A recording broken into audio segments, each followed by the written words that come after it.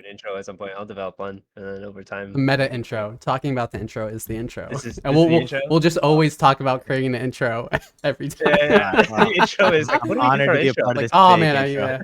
oh man, I meant to. Welcome to Yeah, I meant to make an the intro. podcast. The Yeah, podcast. I'll make it next week. Anyway, so Wes is just to introduce Wes. You again are my friend neighbor that I've met from here. You are a music producer, DJ, um, I guess artist in every respect in that case. And John, me and you both do UX related work, but in terms of trying to keep it entrepreneurial, I've invited Wes on to talk about his experience and how he's gotten to where he is. Wes, do you have your own company, or do you kind of just do a combination of like all of those skill sets somehow, like freelance wise? Yeah, first of all, thank you for having me. Really appreciate it. It's super cool to be in this metaverse. I've never been in one before, so it's super cool. And yeah, I do have my own company. So I'm incorporated, Wesky Music LLC. Nice. And Ayo. uh and yeah, that kind of just encompasses everything in a sense. I make a lot of loops for other producers. So it's like e-commerce type stuff as well, as far as like the entrepreneurial aspect of what I do. So I sell those loops, I sell those beats, and all those kind of get funneled through my LLC and my business bank account. And for different entities, I kind of handle them differently. Like I used to sell jingles, and I used to write and produce them as well. And I still have like 20 that circulate around the radio to this day. And that was a separate thing. It's an S corp. The company actually doesn't exist anymore, but yeah, in the interest of keeping things, you know, separate and a little smarter for tax season, we definitely try to separate our ventures. Nice. So, let me start with this then. I guess this is a question for a lot of us young designers too, and anybody who's trying to get into this creative world. And I think you might be an expert on this, Wes. How do you make a business when your stuff's so shit? I I'm kidding. I'm kidding. So, no, I heard his just stuff. His stuff's find I great. find the It's people who love shit, There's a and then market. I just fucking There's always a market. and then I just exploit them, you know? great. Just Like like, you hey, I ever can heard of a make. pyramid Yeah. scheme, Larry? How do you become successful with no talent at all? Something like that. Dude, okay, well, so in seriousness, I have heard his stuff. It's great. I've been there when he's like tested. He's like, "Hey, can you go come and listen to this song?" I'm like, "Yo, this is already pretty fire. Maybe I have a suggestion here or there." And it's not like it doesn't. It's not already not. It's not that it's not good already. It's like this is how I think about some of my music, and this is what I think about. I like. So feel free to take opinion or not. But ultimately, like the question really is, when you're doing your own work, right? Like, how do you find that confidence to be like, I can do this professionally and some make sure that somebody will hire me for it. A lot of people, like even for myself, like I can do my design. Like I know I have confidence in doing my work, but the Mhm. struggle is trying to get people to pay me for that, right? And so I Yep. guess it is marketing, but in your case, like you've made it to that point where you don't have to worry about finding the next gig, or maybe you do. I don't know. So I guess that's the question. Yeah, it's a good question. I mean, we were joking about like my work being shit or whatever, but I mean, the truth is, music is subjective. All art is subjective. So, if you were to think it was shit, I wouldn't be offended at all because I know that there's plenty of other people who don't think it's shit. You know what I mean? So, I think coming to that realization is definitely really helpful. I would say the struggle with self-confidence as an artist and a producer is something that everybody deals with Yeah, who's in the field, no matter imposter, how many accolades you have, imposter no matter syndrome. how good you Yeah. are. Yep, yep. Imposter syndrome, exactly. Like I definitely have days, and it's also based on reality too, because some days I'm not feeling it, and my Mhm. output's not very good, quality and quantity wise. Yeah. But part of being a professional is pushing through that and just doing it anyways.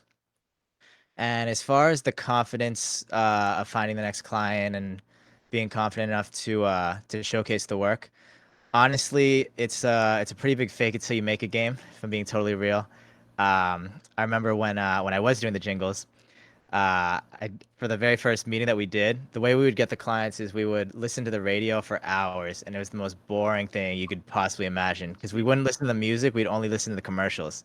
So we would sit there with our phone recording for like 3 hours at a time, just listening to commercials, and then as soon as the music started, you would like switch the station.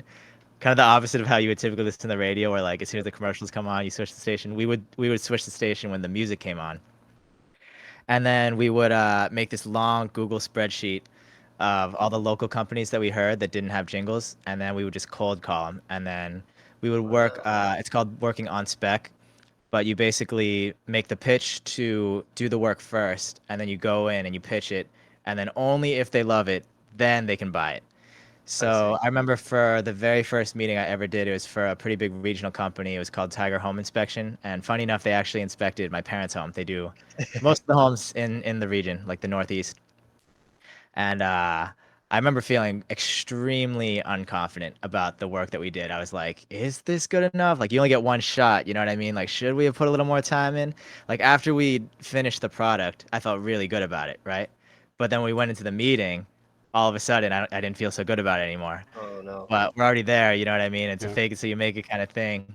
Yeah. And this is Confident, kind of yeah. like a segue. It's kind of a aspect of the story, but we're sitting there, and I was pretty fresh out of college at the time. I didn't graduate, but I did go for a period. And as you know, you go into college when you're like, I was 17. I think most people are like 18. But the cool thing to do when you're like 17 years old and you get your first laptop is to put a bunch of dumb stickers in the back of your laptop. So I had a sticker on the back of my laptop of Obama, and underneath it, it said, "Everyone chill the fuck out. I got this." That this sticker was on my laptop because it literally been there since I was 17 years old. And we're sitting in this meeting, and I open my laptop and I play the track, and I remember looking around the room and like I'm like, do they like it? Like, are they feeling it? And I just see one guy, the CEO, staring at the back of my laptop, and I'm like, what's this dude staring at? Like, why isn't he listening to the track? Is he like focused? And then I remember the sticker, and I was like, no, like I just blew the sale, like everything in my brain. I was like, this is over. Like Thanks, I'm done. Obama. And Were you surrounded by like all these like professionals, people in like suits and like really like yeah, formal looking? You got this Yeah. like kitty That's laptop that you open. Oh yeah, man. that's that's exactly rough. what it was. But they ended up buying it. They ended up loving it, Oh and yeah. they didn't negotiate on the price at all. We gave them a number. They agreed, and then the guy came up to me and he was like, "Hey man, like just I don't care about this, but you should remove that sticker because someone down the road might care Mm. about it." And it just made it look like it was my first meeting, which it was, but we didn't want it to look that way.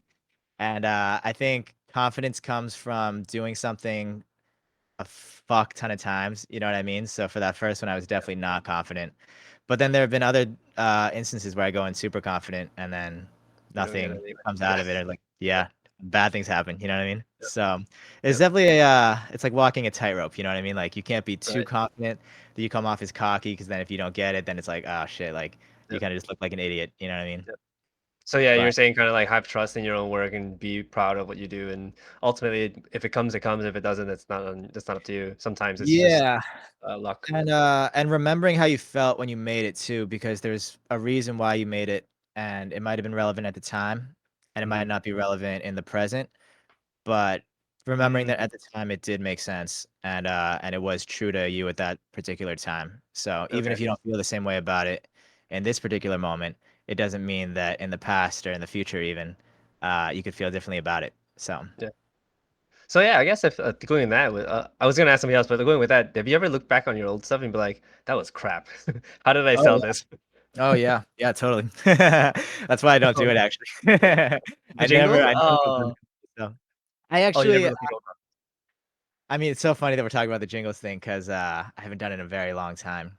Mhm. But it was kind of like a bittersweet moment. I was going through one of my old hard drives because a friend of mine was looking into doing like voiceover type stuff, and I had all these old jingles with instrumental beds for the VO person for the jingles, and I was like, you should come up with like a little like package of some examples of work. It doesn't have to be like actual like things that sold or anything like that, but so people can get an idea of what you do. And I was going through this old hard drive with all my jingles, and I was getting really nostalgic, like listening to each one. But the drive was so old and so corrupt that each time I listened to it, it was deleting it after I listened to it, and I didn't even realize. So I'm going through one by one, and it's kind of this like bittersweet thing where I got to hear each one like one more time, and now they're now they're gone. So Rough. Well, somebody somewhere has it, right? Of the stuff, I'm assuming the stuff that you've sold, that's gone in like the I have a ledger. bunch in like email, so I was able to give him some, but Okay. as far as like the raw sessions and like Yeah. the original files, those are gone, which is kind of crazy. Ah, damn. Yeah. Oh well. But what was the question again? Listening back to old stuff. Yeah, Kind the of like answer just put in your own Right. field work. is Don't do it. I wish I had a better answer for you, but truth is, yeah, I don't listen to anything Yeah, that's out there. You know what I mean? that's fine. Once it's out, for me personally, I don't know how other people feel about it, but it's just out there. Like, there's nothing I can do about it anymore. Mhm, A lot of people get stuck in not putting anything out because they don't feel like it's done. And mhm. that extends after it gets put out as well. Like, you can still Yep, listen back and be like, wait, no, I needed it needed this change, need this fix. So for that reason, I just don't. I just move on to the next thing, and I think yeah, that's a pretty healthy way to do it. If I'm being totally real, that makes sense. like Yeah. at the end of the day, if you're a career producer, a career entrepreneur, career graphic designer, you do it for yourself. But at the end of the day, you're doing it for your clients and for other people. Like that's Mhm. how you put value out, and that's how you get compensated in return. So. Yeah. And you always have to be looking at the next thing anyway, so it doesn't really make sense to look at stuff that you've already been paid for and let go. Yeah, I don't have time to do that. Yeah, right. Let's start at the beginning. So then, like you mentioned, out of school. I mean, regardless of whether or not you graduated, great musician. But how did you get to where you are, right? Like a lot of people, when they leave college, usually they're like, okay, I gotta land a job, a 9 to 5 or whatever it Mhm, is, something stable, get to something that somebody will pay me and not have to worry about doing it on my own. How mhm. did you get to where you are and just make the decision to say, hey, you know what, I'm gonna solo this. I can do it from here. I mean, we mentioned the confidence thing, yeah, of course, but the choice in that point where you're like, I'm not gonna go teach. I'm not gonna go down all these traditional routes that I could do with my music degree and music skills, but I'm going to do my own thing. How did you get there? Yeah. I guess we'll start in the middle. That probably makes the most sense. So, yeah. So first of all, I did teach at a certain point. I just want to preface that I don't anymore, and I didn't when I first started my career either. But there was a point in the middle where that had to be something that I did have to do, which is cool too. I wouldn't be where I was or am without education. So the world needs educators. But I went to Berkeley College of Music. I got in with a scholarship, and Nice. I knew that I wanted to be a producer. And the way that Berkeley worked at the time, it's a little different now, but they had a fairly low acceptance rate to the school. And then once you got into the school, you had to apply for the production program, and that was an even lower percentage of acceptance rate. So you could get in, pay all this money to go to school, and then not get in, and now you're behind because you haven't declared your major. So it's this whole thing, but I knew I wanted to do it, and I believed in myself. And call me young and naive or whatever, but I thought that I would be able to do it. So I was only 17 when I got to college, so I pretty much just made the plan that that was going to happen. And I remember there was this class called Music Tech, and you take it in your first semester. It's a prerequisite for all Berkeley students.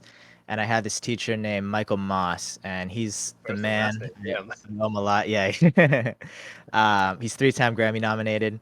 Shout It's outs. There funny you go. too because he tells me that he has Grammy PTSD because every year he got nominated, he Oh. like brings his wife and like they get dressed up and Aw. everything. They go to the Grammys, and every year he just loses. Uh, But I mean, he's fortunate to have gotten nominated in the first place. But it's a yeah, funny thing.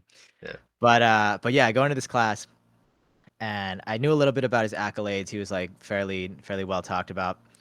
And on the very first day, I remember he speaks to all of us, and he's like, "Hey, like, just like every first day with the new first semesters, I always get a couple kids who come up to me after class, and they're like, hey, Mike, can I intern at your studio?" And he goes, "Just before you do that, just get in the program first, get some experience. I'm not gonna take you now, but after that, we can talk about it." And me being like 17 and like kind of dumb, after class, I went up to him and I was like, "Hey, Mike, I know you said not to come up and talk to you about this, but All the kid. Yeah, there's always one kid. yeah, it was me, dude. Yeah, I was that one kid. I would have So, done it probably. y- yeah, I think you appreciate it in a way, maybe. I Yeah. don't think it would have necessarily changed the outcome, No. but he was super cool, super nice about it. And he was like, "Hey, man, like I meant what I said. Like get in the program, get some experience, but I'll keep you in mind for sure." Super Yeah. cool, super nice about it. And he and I ended up getting really close that semester. I would hang out with him like after class, and we talk about like music technology and stuff. I was going to parties on the weekend, um, and I randomly met this dude who did live sound at the local open mic. And I just got to talking to him. We were like drinking 40s or whatever we were Oh, drinking. shit. Definitely something shitty. And and then he offered me a job doing the Ah. live sound gig with him. So this is before I even got into the production program. Can I So ask when I what live applied to the sound? program, Yeah, can I ask what live sound is? live sound, yeah, that's a great question. So I don't know if people can see this, but I got this board right behind me. So in a live setting, if you have, musicians and instrumentalists and stuff like that, all the audio signal goes through this, and each one of these faders at the bottom of each channel strip controls the volume of each instrument.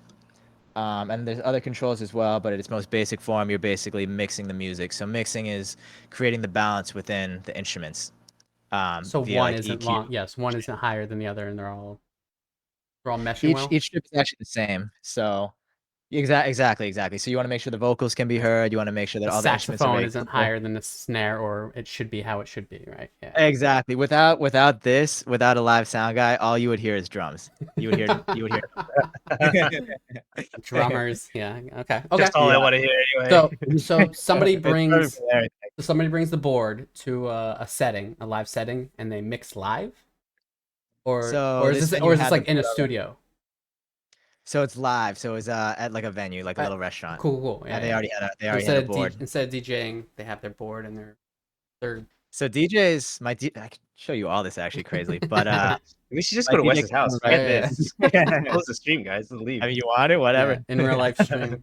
Let's do it. I got nothing to do for the next like 2 hours. But yeah, with with DJing, mixing, they call it mixing too, but it's a different thing. Mixing with DJing is basically transitioning between two different songs. So it's a little different, but similar attributes because you do actually use EQ and you do use faders to mix with DJing. But doing live sounds a different kind of mixing, if that makes sense. Yeah. That's sick. Okay. Okay, cool. Yeah, so you were doing that So at parties and so I was doing that at this local restaurant. And when I applied for the production program, I was already working in the field, which was cool. So I was able to get in. And yeah, I got some experience under my belt. I was doing that for a little bit. And then in my junior year, one summer, I was skateboarding in front of Berkeley. And I ran into Mike. I hadn't seen him in a really long time. And he stopped. We started talking. He said, "What's up?" And I was like, "Hey, man, like, I don't know if you remember this conversation we had a few years ago where I went up to you and like tried to offer my services when I didn't really have any services to offer. Yeah. But now I've gotten in the program. I got some experience. I've been doing live sound at this venue for the past like 3 years or whatever. So if you need any help, let me know." And he was like, "Yeah, I'll definitely hit you up." And then I think like a week later, he contacted me and was like, "I need a lead engineer for this pretty big project. It's recording this audiobook called 13 Hours in Benghazi, which went on to become a Michael Bay film. It was a #1 bestseller." And he paid me more money than I'd ever seen at the time because I was getting paid $8 an hour, which was the yeah. minimum wage at the time, working at the Berkeley Wow. Library. So yeah, I did that and I did a really good job. Everybody on the project was pretty happy with my work, so he ended up hiring me, and I ended up leaving school. So that's pretty Damn. much Okay. how that happened. Well, But that you think, like- studio eventually. All right, go ahead. You can finish. I was gonna ask like if that would have if your trajectory would have been a little more boring if you had followed the whole like school thing, like done the thing, go to school, attend your class, hopefully leave and find a job. But you were like, nah. I don't know. I don't know. I really have no idea. Yeah. I was There's gonna no way to know. Yeah, that's what I was gonna ask. I was gonna ask like what was your thought process and how long it take and what feedback did you get from your support group about dropping out? Because like just stigma wise, right? Like it has Yeah, has something to it. yeah. But like as someone who didn't go to college, like I understand it's not a need be to get into any Mhm. like Yep. what you know and who you know will get you all the way there. Like I don't think a piece of paper will do 100%. it. But Yep. have you felt it slow you up or stop any opportunities by not finishing? I've never needed a degree for anything that I've done. I wouldn't discourage anybody into getting a degree, I Same, guess, same, especially if you have the yeah. means to do it. My parents were definitely pretty bummed, but I was just watching my student loans going up and up and up, you know what I mean? And I was kind of sick of that, Mm. and I didn't really see the point. So that's what we did. And Yeah. then also the career path that I chose. I've been working with like a lot of people who are pretty big in the industry, have like multi-platinum records, and like I work with this guy Two Fly who did all of Juice WRLD stuff, and he was one of the engineers on the Doja Cat and SZA song. It's called "Kiss Me More," which was a huge hit. I think it went diamond. Um, Humble. none of these people went to college for music, and they're fucking killing it. You know what I mean? So I Yeah. didn't really see the point. But that being said, I would never discourage anybody from pursuing their degree. And then also, I mean, Larry will know something about this, but we have, Chinese immigrant parents, so Mhm. they really want they Yeah, really yeah, want yeah. us to get those degrees. Yeah. And like, But at the same time, like they don't fully have a grasp of the realities of today, I guess, and being a millennial, and they student for loans. them that made the most sense, and they think that for us it makes the most sense, Yeah. but sometimes it doesn't always make the most sense. So But also like, so I have a Yeah. little brother, and like, he has a chance. He lives in Connecticut, and he has a chance to get free state tuition. I'm wow, like, yeah. great. So I'm like, go, like, do it. And his dreams are to either be a professional skateboarder, or a Oh, really? professional YouTuber. Which I'm like, Mhm. Dude, how old your brother? 15. I just brought him out here. I went to the skate park near the Zakum. You know that big skate park? Okay, Yeah, yeah, yeah. yeah, He yeah, I loved go it. to that Oh my I go to god. that Yeah, park. yeah, yeah. He loved it. Right. I go to that park. Yeah, I sat there, sick. read for like 2 hours, and like he got, like the camaraderie there was awesome. Like a couple people, like, were teaching him some things, and it was amazing. Yeah. Right. Super happy. Yeah. Dude, when I was his age, I also wanted to be a professional skateboarder. So And I dig it, but like the older brother in me is just like, hey, it's dangerous. It's dangerous, and the it's risky. saturation and like the Yeah. the chance of actually career wise is Mhm. like point something percent, right? Like I wouldn't even say it's two, or you know what I mean? Like there's a lot of people out there skating and True. and wanting that dream and chasing it. Similar to the Yeah, music industry, right? There's a hand in hand, and also hand in hand with his content creation, which I massively support. Content creation.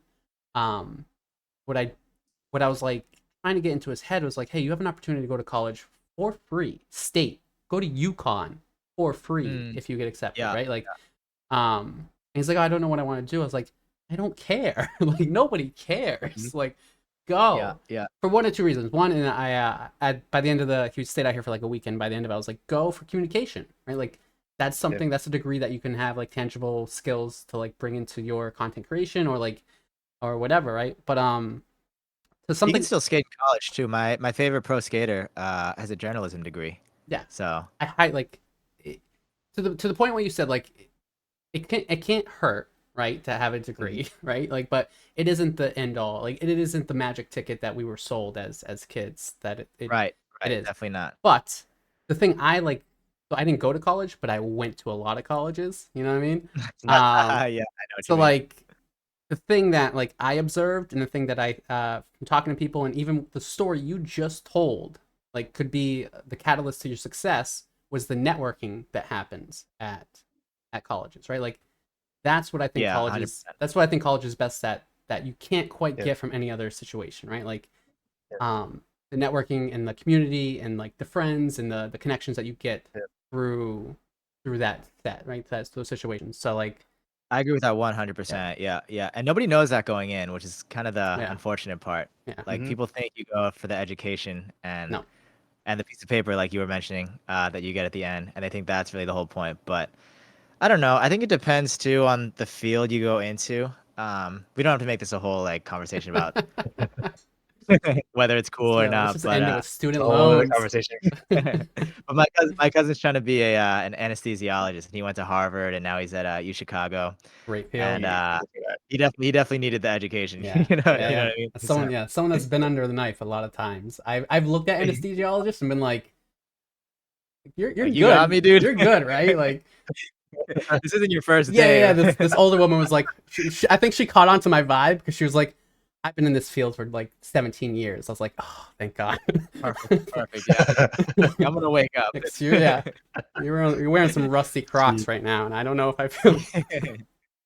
My God, I've heard some horror stories about that. I mean, I don't want to derail something. And yes, John, just to let you know, whenever I've had a conversation with Wes, it goes everywhere. Yeah. It just never ends. It just Podcasting. picks up Let's and fucking goes. yeah. Let's go. Are you But- blaming me for that Yeah. though? Is that No, my I'm just fault? saying it's how this happens. It's not a you me Yeah, thing. yeah, It's yeah. like it's what happens, and it's I like it's it. I great. like Yeah, it. that's Cool with yeah. it. I'm with it. Sick. Yeah, just to wrap that up, I mean, I've heard people talk. I mean, also obviously schooling now and education now is completely different than what it used to be, and the expectation of following that kind of track is no longer as concrete as it was. I think I've heard people say like, go to school, yes, to get the opportunities to get the experience, but try to leave as soon as you can, and then also get paid to do the thing that you wanted to Hmm. do Yep. ASAP. Yep. Schooling Yep. is only just like a to help facilitate you getting there. If you have to go to the end to get there, sure. If you can do it Yeah. earlier, Yep. best case scenario. Yep. So, I mean, and I always believe that, and I still believe it to this day, like experience is king, Yeah. not where you went, not how you did. If you can do the thing that anybody needs, it's always Hmm. that people will pay you for it. And Yeah. yeah, I agree that's where it is. 100%. Yep. Yep. So yeah, Wes, you just kind of were still talking about your journey from in school. You land your first job, and you basically just take off from there. You say, now I'm working for somebody, right? You're like under a company. You're being paid a whatever rate that they pay you, and you're like, I'm secure, I'm set. And then it's so still like, when did you say, I'm gonna do it myself? I'm gonna strike out on my own and do whatever I need to do to make pay the bills. Instead of staying with that security, you said, I'm gonna jump ship and do the risky thing Yeah. and Yeah. risk my So, rent. so honestly, what happened was the studio went under. So Oh, it cost him about 12 grand a month to keep the lights on. And a new studio opened up in Boston. I'm not going to use their name because I actually like them. But they found some loopholes to be able to be like quote unquote nonprofit. Like there's Mm. requirements that you have to meet to be considered a nonprofit. And then when you're a nonprofit, you get subsidies from the government, which allows you to undercut your rates. And that's what they did. And Mike Moss's studio was probably one of the most high end in Boston, if not the most high end. And then this new player came into town, and the facility definitely wasn't quite as nice or as good, but it was a lot more budget friendly. And a lot of the business ended up choosing to go that route instead. So unfortunately, Mike's shop closed, which if you take the entrepreneurial route, which Mike did, that's a risk that you run. Like, business is the most competitive sport in the fucking world. You know what I mean? never thought about So it like that. it was more out of necessity for me, but it was cool because that's around the time I met my business partner for the jingle. So that's when I started doing that. The whole like timeline's kind of like coming together. It's kind of crazy. Um, and I learned a lot of lessons working with him as well. He's one of the top sales guys in the region. He basically he worked for I'm trying to make sure I don't say too much to like out anybody, but he basically worked for this pool company, like selling pools to like very wealthy people. And he would only work in the summertime. So he would work for 3 months. He would make some amount of six figures in 3 months. And then he would go on unemployment for the other 9 months. Yeah. And he would collect a third of his, his salary for that portion. And during that 9 month period, he and I would make jingles. But he wasn't born a salesman. He had some stuff happen in his life that landed him in jail. I'll just throw it out there. Yeah. And when he got out, he basically spent his whole time locked up reading sales books, and he told himself that he was going to make something of himself. And he did, but some of his tendencies definitely resembled the type of person he was before he got locked up as well, which is why things didn't work out between me and him as far as a business relationship. But from there, I got into DJing. Each one of these has a story. Yeah. I don't know like how much you want me to go into it, but I'm basically, I'm long story on. short, I'm is that listening. okay, yeah. Well, I guess I'll wrap up the point first, then we can go into stories too. But Sure. basically, I took it upon myself to make it happen out of necessity more than anything because I really did Yep. love that job. I really did love working with Mike Moss in his studio and being an engineer. And honestly, in a lot of ways, it was kind of for the best because doing it on my own feels a lot cooler than it felt really cool doing it with Mike too. But Yeah. there's a lot of aspects of being solo that I really like. There's Yep. a lot of aspects of being in control of everything that I really like as well. So I think no matter what would have happened in that situation, like everything would have been cool. You know what I mean? Yeah. It just happened to work out this way. So Yeah. Yeah. And I guess thinking of the next question that might pertain to us is like, so currently I'm looking for work, right? And a lot of people are still in this mindset, like I leave one job, I go to the next job. You decided to say, let's not do that. I mean, I think maybe some amount of luck was on your side too, just saying that you met that guy with the jingles thing, and then once Definitely. you start there, you kind of just keep going with that ball. Like now you've got the solo mentality. You're like, I can do it. I've done it once already. I can keep this up. Um, and so I mean, to people who don't have that kind of luck just yet and are maybe trying to figure out whether or not they should do it, is there any advice that you might want to give to those people? Yeah, I mean, I definitely agree with you that I've gotten very lucky, but I think our definitions of luck might be a little different Mhm. because I don't think luck is this random thing that occurs for some people and doesn't occur for other people. I mean, there's definitely people out there who are extremely unlucky, right? Mhm. Born into circumstances that are extremely unfavorable. Um, you get some sort of disease or something that is debilitating. Like that's extremely unlucky. You know what I mean? But if we're talking about the context of business and making things happen in a career, in my opinion, luck is just trying something enough times and failing enough times, and then eventually something works. Like you were talking about, John, before we started recording, like you're going to companies and trying to pitch your streaming services to them, and I think I told you something along the lines of like just keep doing it, keep Yeah. trying. Something's gonna stick. Like someone is gonna be you're gonna be in the right place at the right time where that person had a dream the night before. It was like, oh, like in this dream, like he hired the sickest streamer ever. You know what I mean? Like XQC or Hell yeah. I don't really know streamers, but like some Yeah. streamer. And then you're gonna come knocking on his door the very next morning and be like, hey, I'm a streamer, and here are my services. Here's what I could do, Serendipitous. Hell yeah. I love it. and be in. So Yeah. that's kind of my take on luck. Like I've definitely had a lot of like unlucky breaks. Like I've definitely taken some L's that if I only Mhm. told you those, you would consider me pretty unlucky, right? But Right. I'm telling you only the dubs, which gives off the perception that I'm very lucky, and I am very lucky. But I definitely, still I'm not saying lucky like you were just handed this stuff. Obviously, you can tell that you're working hard, and also believe in you making your own luck. Like, yes, you worked to get here. Yes, you made every opportunity, took every opportunity, and made sure that you got the most out of every one of them. Um, yeah, I mean, yeah, definitely. I'm not looking. Not what's the word? Like, the question was what's the advice, and I didn't even yeah. answer. But dude, I don't know. It's tough. I think the advice is if you believe that you could do it, go find your luck. You know what I mean? If you don't, uh, entrepreneurship's not for everybody. I mean, that's the cold reality, and there's a lot of uh, people who make like motivational content and people who sell motivational content who will tell you that anybody can do it. This is for anybody, and I don't really believe that. If I'm being totally honest, Same. I think a younger me might have been a little more naive and believed something like that. But I've seen a lot of people who really fucking want it and have taken all the risks, but at the end of the day, they don't do what's necessary to make it happen, and they can't really blame anyone but themselves, although they probably will. Um, so I think if you're the type of person that knows that you're gonna do whatever it takes to make it happen, just fucking send it.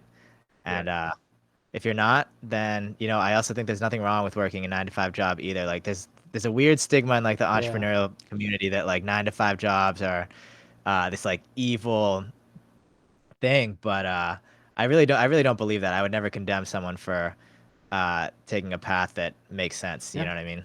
So that's what I think. I don't think either is worse or better than the other. And obviously, if you're listening to this podcast, you're probably the type of person that will take that action. So I Right. guess ignore the latter advice, but take the former. But it is a risk for sure. And that's the thing that like that's why we were talking about this confidence thing before. Like once you get to that level, and if you're able to accept this risk, and a lot of people kind of don't talk about this too, the opportunity cost of time, right? Mhm. We talk about like trying you again it working out time wise for you, but let's say went on this studio went under, and you didn't meet this guy who do jingles until like a year later, right? You still need some sort of income. You would die just waiting for this thing to come around. So there may be this is the kind of thing that I'm talking about. It's like that's the luck. Timing is the luck. It's not so much like you getting doing your skill, but like um Yeah, the way I told the story was it was like literally like back to back, but that's not really what it that's not really what it Right. was. But you get the I idea. was Like if it teaching, was an I was extended teaching, period I of was time. working retail, I did Yeah. all that for a period of time. Okay, great. Yeah. So that's kind of the idea, right? Like you still had it in yourself to stay, I'm sticking to this thing. I'm gonna make this work. I need to work retail. I need to do these other side jobs, but this is the goal ultimately. And these things I'm doing now is only just a time, like a placeholder until I get to this position. And Yeah. at no point during that period was like, I should just find another studio job. You never were like, let's do that. Oh, I did think about that. Studio jobs are interesting though because it's not like your traditional, like you apply for it, you go interview, like that whole shebang. Like the way I got mine was by knowing the teacher and Right. running into him and talking to him and building a connection and a rapport. And typically that's how that type of work, that's how you get hired. It's not like the traditional thing. And maybe I could have done that because I had some other studio connects as well. But it's a highly competitive field, and there definitely wasn't anything like open at that particular time that I could have just jumped on. So I had to jump on something to pay my bills and pay my rent and my student loans and my and everything. You know what I mean? So Yeah. All right. that's Sick. what we did. Yeah. Happy that it worked out. And so moving forward, we were talking, I think even like last week or something, you mentioned that you're starting a music school now. Is that right? Or I am. something along Yep. those lines? Yep. Yep. Me and my girlfriend, we're starting one Firstly, together. congrats. Yeah, But yeah. then again, Congrats. now it's like, wow, like you're taking another jump, right? Like, yes, solo, you already had a company, or you aren't owning your company, you're running it or whatever. And then Yep. now you're starting another uh what's the word? Like an entrepreneurial A new Start, venture. yeah, A new new right. venture. startup, new Yeah, venture, venture. Yeah. exactly, right. Yeah. Yeah. Yeah. So, what was the decision on that? And then like, how are you like, you know what? Now's the right time to do that, and let's just keep moving this. Let's start another ball rolling and just go and keep going with that. Yeah, I can't remember who came up with the idea first, me or her, but she's a music teacher. So she's been teaching for as long as I've known her. We've been dating for about 5 years, and she's been a music teacher that entire time. So I feel like she brought it up first, but yeah, I can't remember who brought it up first, but I've been doing this e-commerce thing for a little bit, selling my own personal digital product, which are my loops and my beats and all that type of stuff. And it just made sense, you know what I mean? Like at a certain point, I think about this all the time because, like right now, I'm DJing too, and right now I'm still like a cool DJ, if that makes sense. Like I'm young, I'm agile, like I can dance, like I can do all this like extra shit that comes with being a young DJ. But at a certain point in time, I'm not gonna be a cool young DJ anymore. I'm gonna be a An old weird old DJ. DJ that people are like, all right, what's this dude doing here? You know what I Yeah. mean? And I want to make a graceful exit. I'm not like anywhere near that point, but I think a graceful exit into something that makes sense then, and like a smooth transition, I think makes a lot of sense. And the whole like producer career is fucking dope too. It's a lot of work. It's very stressful, and I know at a certain point I'm also gonna want to lead into education with that as well. So that's See. one thing that our school is doing differently is that it's not the traditional, like put your kid in here and some old guy who's never done anything is gonna teach him how to play the piano. You know what I mean? Like I have credits. I have a top 50 charting record. Oh, And I worked in the industry for a long time. yeah. And when the time comes, I'll have that school that already has the infrastructure in place that we create together as a team, which is another cool thing. And I get to use my e-commerce skills to build that as well. And when I want to teach, I can go do that because I already created the school and it already has a client base. And we're also teaching production, we're teaching Right. DJing, we're teaching sound design, all sorts of more relevant uh, forms of music. Not to say that because I'm very grateful for the piano and trumpet lessons that I had growing up. I started when I was 5, but we just want to offer a little more as well, in addition to Okay. those things too. So that's kind of where it came from. So you could, That's a great idea to be thinking about like you, music in the current age is it's like production, mixing, DJing, whatever, and teaching the kids. That's amazing. Yeah, I mean everything that I was taught, and it was amazing education. Don't get me wrong. Like my trumpet teacher, my middle school trumpet teacher was amazing guy, great teacher as well. But a lot of the stuff that is learned is kind of dated. Mm, Even at Berkeley, the stuff that we learned was dated because those people were working in like the 70s. You know what I mean? Like they're all old, so they're teaching us stuff that was relevant in the 70s, and it's not like it can't be applied to 2023.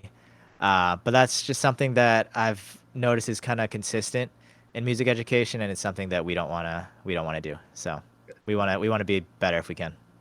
Cool. But no shade to those other schools either, because that stuff's really important Oh, too. shit Like, on all those old people. All the old- well, I mean, it's true. Like a lot of these big producers who have many platinum records, all these plaques and everything, who hit me up to help them make loops and stuff. They hit me up because they didn't have the same musical education that I did. You know what I mean? And then there's stuff they can do that I can't do. So when we end up collaborating, we end up creating something that neither of us could have done on our own. Yeah, sounds great. Yeah, John, you had a question? I have two. Actually- One, we have a piano. I would love to see you use it, like a virtual piano in here. No if way. It works. We Yeah, do. yeah. Is it And playable? yeah, it's playable. And two, we have a guest. I don't know if Larry, you I invited. did see that person. I did not invite that person, Oh, we gotta- as far as I know. Yeah, Ooh. cool. I'm so Yeah, I'm excited. down. I'm down to play some piano, and I'm Alright. down to talk to a guest. Okay. We should also, I was gonna say, like, what are the chances you could play something from in your room right now? Like, I know you've got your saxophone, you've Oh, I got your guitars, obviously. Oh, hell yeah. Should I? Hell yeah. I do want John, to. you know what? I do want to go see We who should this just guest go to his is. house again. Okay, yeah, go ahead. What were you gonna say though? I was gonna say we should just go to his house. It's every time I go and listen to music, it's great. I'm It's so down. good. I'll be right back. Hello.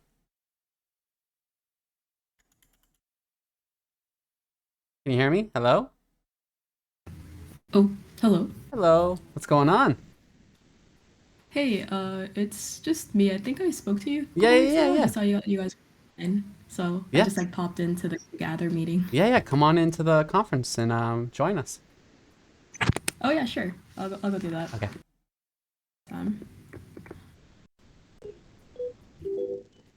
I want to see what's good with this virtual piano, though, low key. We Yeah. could definitely do that. The pool table doesn't work, but apparently the piano does. Hello. Hey. Everybody, yeah. I believe it was Gracie L. Yeah, Rochelle. Rochelle. Yep. Rochelle, what's going on? Nice to meet you. Yeah, we had a chat in here the other week. Yeah. I think it's my first time like seeing you guys like stream. Nice. Oh yeah? Are you checking out the stream at all, or just popping into? I've been popping in to see like the past streams. I've never seen you guys like actually. I was never here like during one of the live ones. This is Oh, my well, first time You seeing are, this stream, yeah, too. you are in luck. We're about to get a live performance from the great Yes. Wes. Oh, we're still doing that? Yeah. I heard you tuning up. Yeah, if Should I try yeah. the virtual piano, or should I play on my actual keyboard? I do want to see you try the virtual one, but like, yeah, let's hear your live one. Okay, I don't even know what to play, but I'll figure it out. Cool. I wish I could get the angle better, but how can we do this? Let me think. Just to preface, Rochelle, I don't know if you've been tuned in up until now, but Wes is a DJ, producer, entrepreneur. Easy.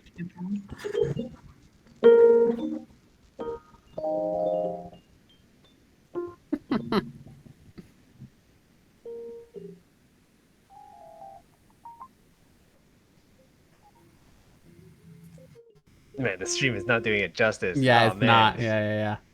Weird though. Sounds cool. Yeah. Wes, let's take a field trip to the virtual piano.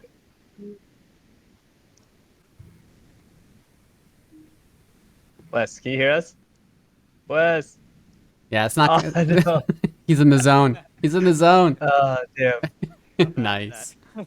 So it's hard to hear because the mic has to pick it up. And So Yeah. it's getting cut off and stuff. It's unfortunate. You but You hear like I think the stream yeah, is you just hear not like a gonna little work. melody that's like building up, and then it goes silent. Damn. All right, let's try the I virtual like one. the first 30 seconds.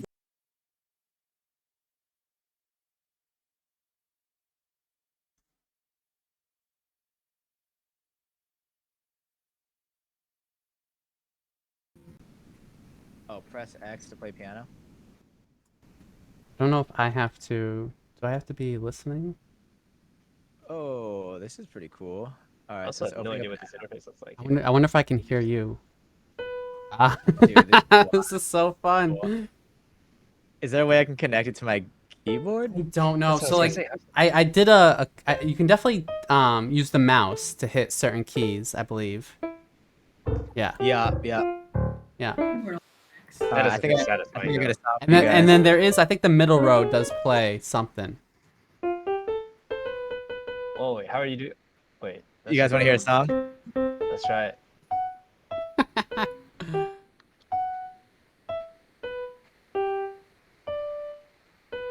Ah. I know that melody.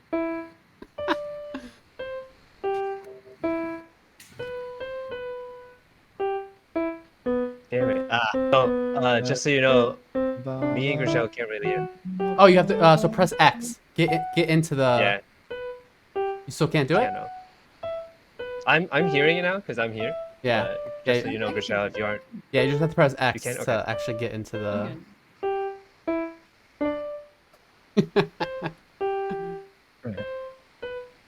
Do you guys know the song? No idea what this is. Some Careless of the. Whisper. It sounds really familiar. Yes. Oh, Sound like some of the best things in life. Dun, dun, dun, All right. yay! Thank you. dun. That's fun. Maybe I got another one. Love it. Ah. Da, da, da, da. Ba, ba, ba, ba. It's a tested effort. I was gonna say, Wes, is this what your schooling is gonna be like? Me trying to play Redbone on a on a metaverse piano. Hell yeah. Oh, I love Childish Gambino. Ba, ba, Recognize ba, that. ba, ba, ba, ba, ba, ba, ba, ba, ba, ba. Alright, that's all I got. Hell yeah. Yay! This is pretty cool though. Yeah, Sick. Ooh, there's other instruments. that's all I got. Oh, so we could all Yeah. actually be playing at the same time. Yep. Sounds like a terrible idea. Oh, we got a synth. Let's go. Oh, there's. Oh, I see. We could all play at the same time, or Larry can play us his favorite Beethoven song So you by can. himself. Yeah, you can change. Oh, hell yeah. Okay, Wes, hang on a second. So the middle row on the keyboard is all the white keys. Oh. And then the row above that is the black keys. I don't know how they do like. So you see how like, wait, Oh, who's got that kick drum though? yeah, this is how we do it. This is how we collaborate. Go.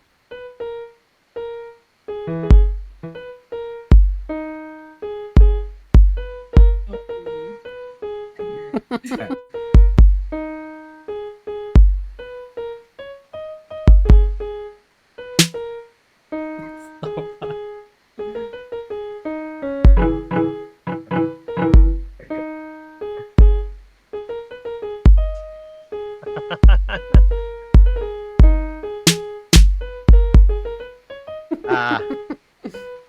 Well, it's not the same as a keyboard. So Yeah. that's why. It's very different. It's very That's- different. Hopefully the viewers know that too.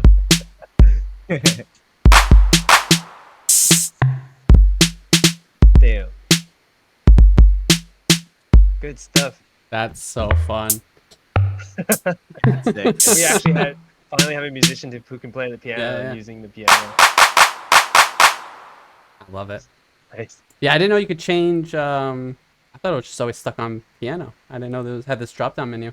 What is it? Alright, I'm gonna stop messing around with it. Oh yeah. What's this? I guess while you're here, Grishel, do you want to ask Wes anything? A lot of the conversation we've been having was about the entrepreneurial side of stuff. I don't know if you have anything that you might want to, if anything that you have is like related to that, or if you're just like, hey, I'm just here to listen to what's going on. How do you know these guys, Grishel? I think Yeah, What's your name again? John. Yeah, I believe we met. Yeah, Cool Bean. John. Yeah, you're a UX designer, Yeah, right? John like reached out to me Yeah. just because of like my design stuff. So Mm. I You're was a designer. like curious like how you found them if you're a musician.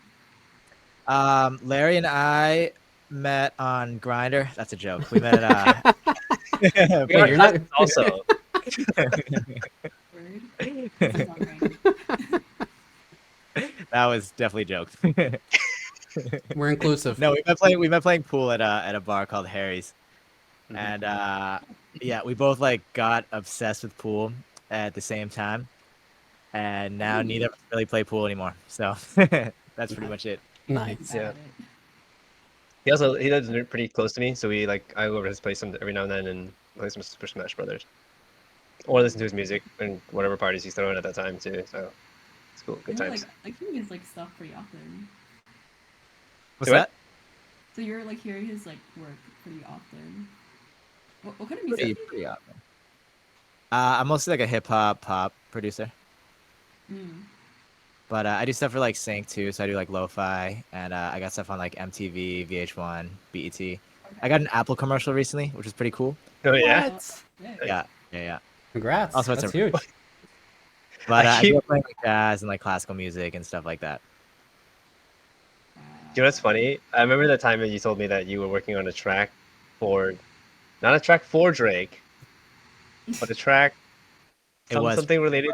like, I was working on some beats for the Certified Lover Boy album, and me and this dude Dolan, who he was one of Lil Uzi Vert's producers.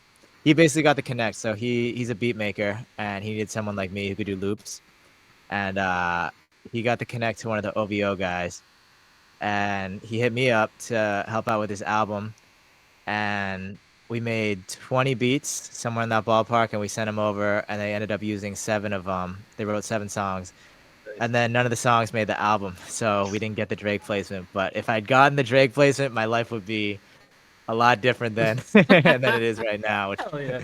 would have been Well, super this dope. But it's okay. I mean, that's like we were talking about the L's and everything. Like Yeah, that's yeah, one yeah. of them, right? Like I put in a lot of work on that.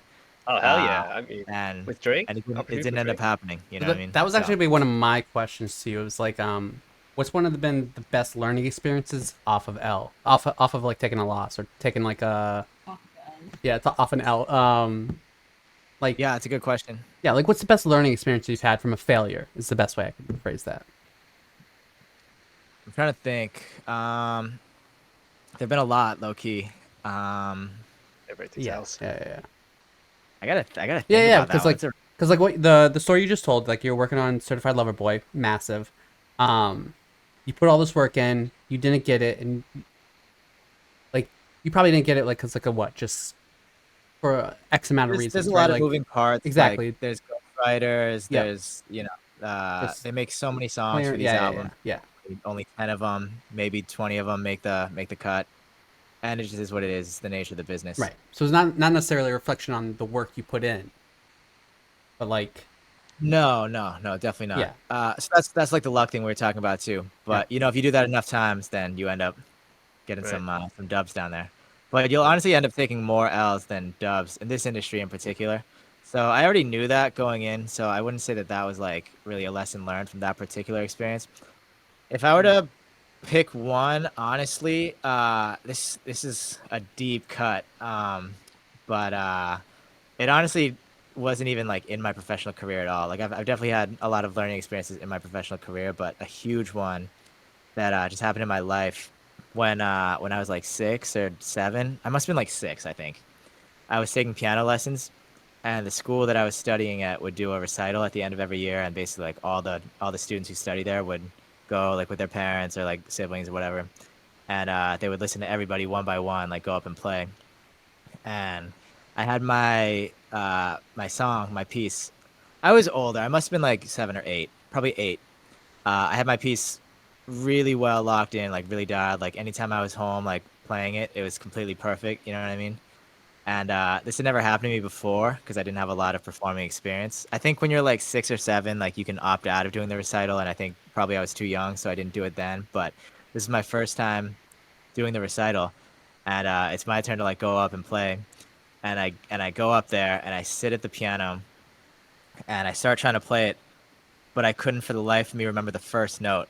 And because I couldn't get the first note, I couldn't even like get going. So I sat there for this was so long ago. I don't even like remember how long it was, but it felt like a really long time. You know what I mean? And I didn't play anything, so I'm just sitting there, and then I couldn't figure it out. I couldn't pull it together. So I just like stood up and walked back to my seat. And like my whole family, like my grandparents, my sister, like everyone was there, and Yeah, it was really embarrassing. And when I got home, like I played it perfectly. You know what I mean? Like it was Ah, they completely know. fine. Yeah, they yeah. know. The pressure got to me, and I never experienced anything like that before. But the uh the lesson, I didn't quit playing piano. You know what I mean? Yeah. I talked to my teacher about it, and it actually is what ended up getting me to learn like music theory, Mm, because with like classical music, like a lot of classical players, especially at that age, don't know any like theory. They don't know what they're playing. They're just playing notes on a page, and dynamics as well. But my teacher told me that if I learned some theory, which he ended up teaching me, we started incorporating that into the lesson. If I know what I'm playing, it's a lot harder to forget what that first note is and forget like what you're playing. So that's kind of what got me to do that, and then that kind of led to me playing jazz, and then hip hop comes from sampling old jazz records. So that led to hip hop, and it was a whole timeline of things that kind of started with that L that I took when I was like 8 years old. And honestly, I still get stage fright to this day, believe it or not. But also having that experience and like realizing like, okay, it happened. It wasn't really that bad. You know what I mean? Like it wasn't the end of the world. It like felt like it at the time, but I'm like 21 years older now, and in retrospect, it really didn't matter at all. So that's Yeah. helped a lot with that as well. So nice. That's a crazy lesson to take from when you were young, Yeah. like thinking about it's like me, I don't know if I have any lessons from that age. Not that I can think of. Like a lot of the lessons that you like really process and like, hey, here are some key takeaways from that point. Like those happened much later in my years. Like I don't think you probably do have lessons from that age. You just don't know them. They're like in your right. subconscious. You know what I mean? But for me, like it was so relevant to what I do now that like it had to kind of be in my conscious, which is the only reason why I can tell the story. Mhm. But you probably have lessons from when you were like 8. You probably Oh, just for don't sure. Yeah. remember. Not a professional lesson though. There's no way. You guys That's got sick. any good L to lesson stories with design or UX or anything? Let me tell you a story similar to your music thing, because John, you might know that I danced, Grishel. I did dance in college and in grad school. I did hip hop dance, and I actually started dancing in high school. So I was like, I was just doing it with my friends, and I always liked music and stuff. And my parents actually knew that I was musically like not gifted, like I don't produce anything, but I always liked listening to it. And so in college, I would like perform. And again, being a performer on stage with the team is not the same as like performing with like for yourself and like on like at a club or whatever solo. So there was one time I remember this is when the Dougie came out, and we're backstage Hey. practicing, like just doing, we have some time to kill before we go on stage, right? And one of my teammates is teaching us how to do the Dougie. And I was like, how do you do this? I was like, literally, teach me how to Dougie, right? And I'm watching him and I'm like studying everything. I'm like, all right, well, this is where it goes. It's the timing of all that stuff. And I got that right. But I'm like, it doesn't look right. And so I'm just doing it. And he goes up to me, he goes, don't worry about it. Forget, hey, here's the tip. The Dougie is not these steps. The Dougie is whatever you make the Dougie to be. And Mm. then once you do that, then you bring in these steps and say, this is the whole picture. But up until that moment, you kind of just feel it and you do the thing that makes sense to you. And so like that I started taking that into my creative aspect too. Like design is like that, dance especially is very much like that. And that's why I always think that anybody can dance. Once they get out of that part of their brain that Nothing's you move, stupid. you dance. Yeah. Right. You move, you dance. And you whatever dance is whatever you make out of it. And so and again it also adds to this fake it till you make it mentality. And I was like, obviously once I was doing this Dougie that he said to do, it wasn't anything close to it. But then I got more and more comfortable. And then I was like, oh okay, yeah, I'm really feeling it. And then I started adding those steps like, oh, okay, yeah, it all makes sense now. But up until that moment, there was a learning period of like figuring out myself, like internally learning, and then also just like forget it, just do the thing. Don't nobody really cares what it looks like up until you get there. And then yeah, I take that to this day, like sell what I can do and just do the thing that you can't, you know.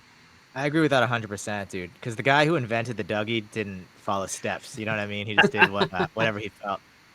And it's the same with like jazz music too. You know what I mean? Like the Yeah. originators, like we study what they played now, but uh, they didn't have like a rule book or like music theory or anything like that. Like they just played what they wanted to play, and it's kind of the same thing.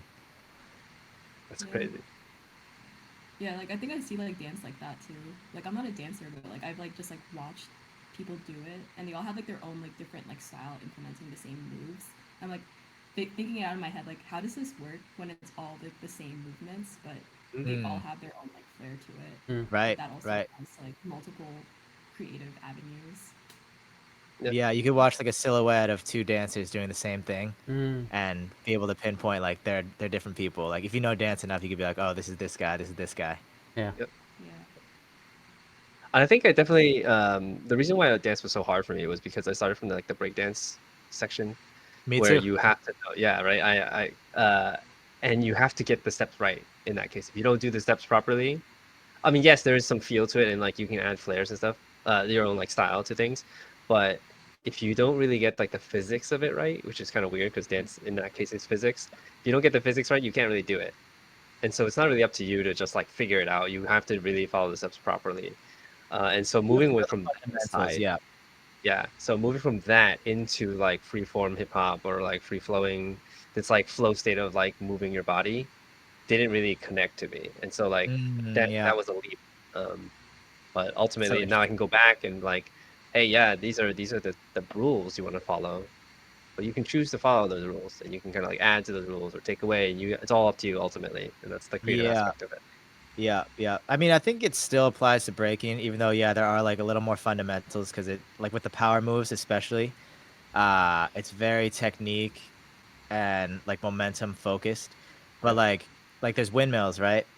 But then from the windmills you have like barrel mills, you have Yep. munch mills, you have head mills, Yep. and those are like I guess you could call them like more like free flowing variations of the windmill, Yep. but it all comes from the windmill. So it is kind Right. of like the same thing as like the Dougie thing, where like that's like your basic like Dougie step, but like do it the way that you want to do it. Right. Right. So that's the lesson that I've always had, especially if it's creative stuff. And that's what I generally try to tell anybody that's like a new designer, new creative. Feel it out. Learn the rules, of course. You need to do them. If you don't have the rules, you can't really do much. And Fundamentals. then right, and then take from there. You also it's all your own decision. And be ready to kind of back that though. So that's another thing too. Schooling definitely helped with this. Like we can kind of circle back to this whole education aspect. I went to school for architecture, and so moving at least starting with this level of design thinking that I had, and then moving into UX design was like, okay, well the transition for design is correct or easy, but what I didn't learn, uh, something you definitely don't learn in a professional field is learning to take criticism. You get drilled that in Mm, architecture school. You Mm. get I don't know if interesting. anybody else know kids who've gone through school for architecture.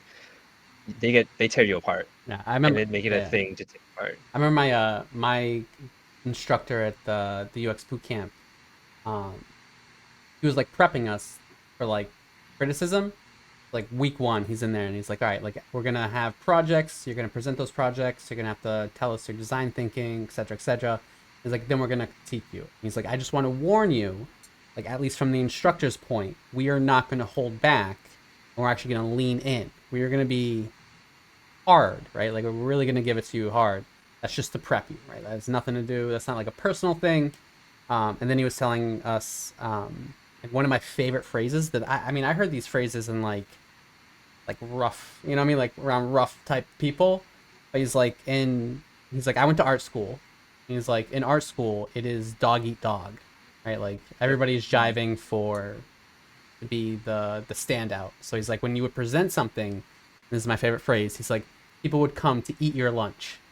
They then come eat your lunch. mm, And wow. I love that phrase, right? Because it's such like a bully, like Yeah. almost Yeah. prison type mentality. Right? I'm gonna eat your, you can't have my fruit salad, right? Like, um, I but spent 3 hours on this. he's like, so I'm gonna come and eat. I'm coming for your lunch. Is basically what he was telling us.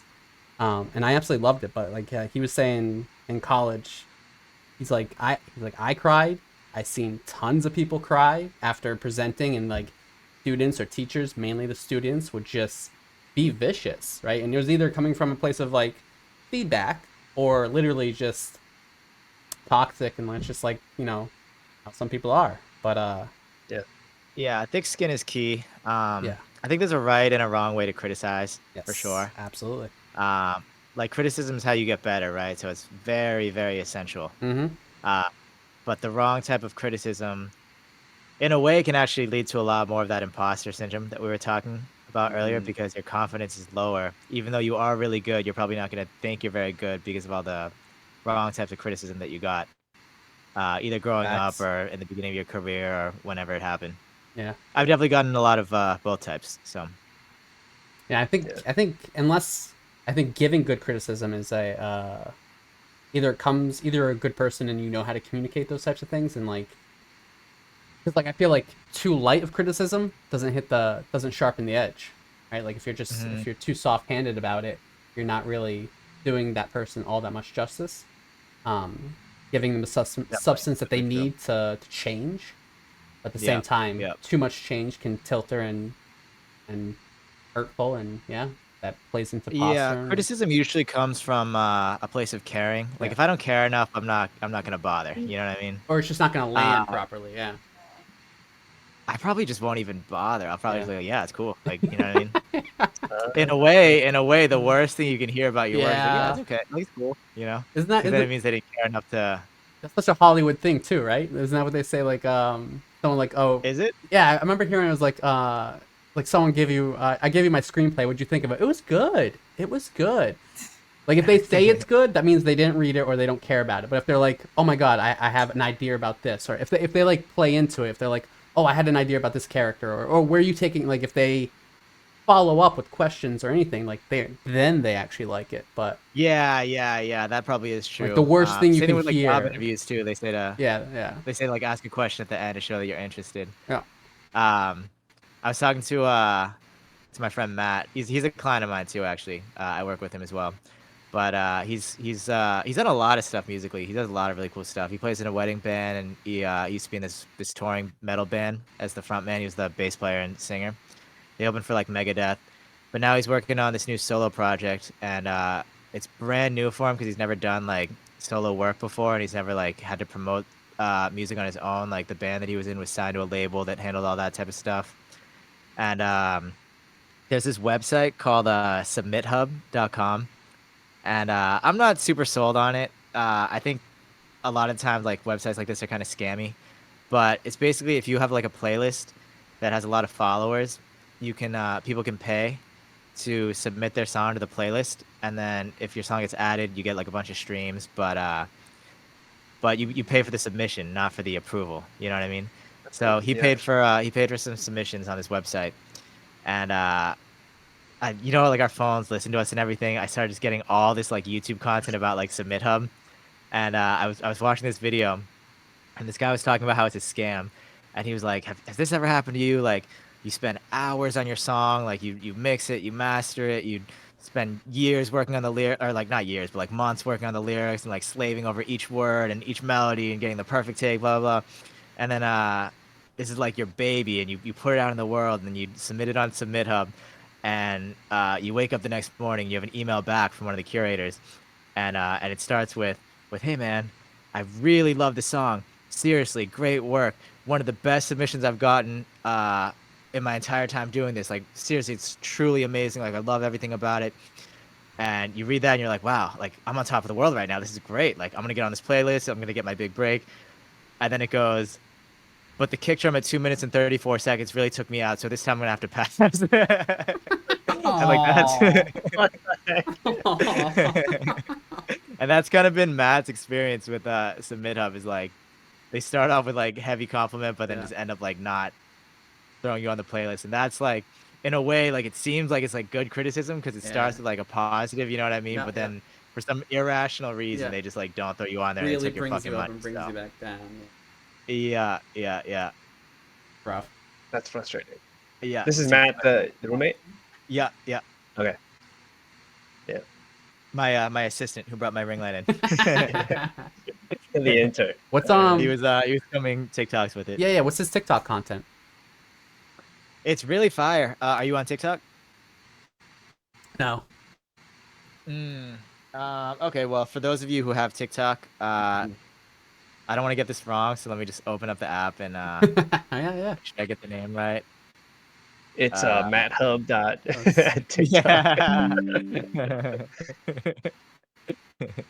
I'm trash 69. No, it's MKARES music. He's one of the best bass players I've ever met in my entire life. One of the most talented people I've ever met in my entire life. He's got perfect pitch, which I'm pretty jealous of, and really, really fire singer as well. What was He his? honestly plays everything. What's his handle? MK. MKARES. I just put it. I threw it into the stream chat if you want to take a look there too. Boom. Perfect. Oh yeah, I guess. When's when's the music school thing? Is that like launching soon or is that open already? No, it's not launching soon per se. Yeah, I mean, I told you that we were working on it, but we still have our own careers. Like, this is something that's we're probably gonna get going in like the near-ish future. But like I said, like I'm still young, I'm still cool. You know what I mean? Like there will be a point where I'm no longer that, and it's gonna be weird to like still be in this like young man's industry that I'm in, and I wanna have this infrastructure set up before that happens. So that's kind of the idea behind it. Yeah. I mean, hey, right? Like while you're young enough to start new businesses, this sounds like not to say that like it's not like you're pivoting because you're afraid of this thing disappearing. It's like you're young enough to do multiple things. You might as well take advantage of it and Yeah. be the young Yeah. future. There's Yeah, a definitely, market for that. definitely, 100%, 100%. So yeah, we have like stepping stones in place, but I wouldn't say it's like starting soon. I guess. Yeah. You know what? So I guess a question then is like, what's the biggest hurdle for you so far in starting a business? Like business perspective, not just music, not like whatever, but like, yeah, you obviously people think about taxes when they do businesses and stuff, and how that's a pain. But like, other than that, what's the biggest hurdle that you've seen so far? And then now that you have to do it again, right? Like you're foreseeing that, all right, well, that was a painful the experience the first time I did it. Now, how do you address it the second time? Yeah, they're all hard, honestly. Great. I mean that's just the truth, right? Creating a product that people are interested in was definitely hard. Um, like it took me a long time to realize that loops was kind of my lane. Like I was doing beats, I still do beats too. But I mean, at the end of the day, like I play instruments, you know what I mean? And basically, beats get marketed to artists, loops get marketed to producers, and then they're basically like collabs. So there's a lot of producers who don't necessarily play instruments, so they are very like sample based. So they need samples from someone like me.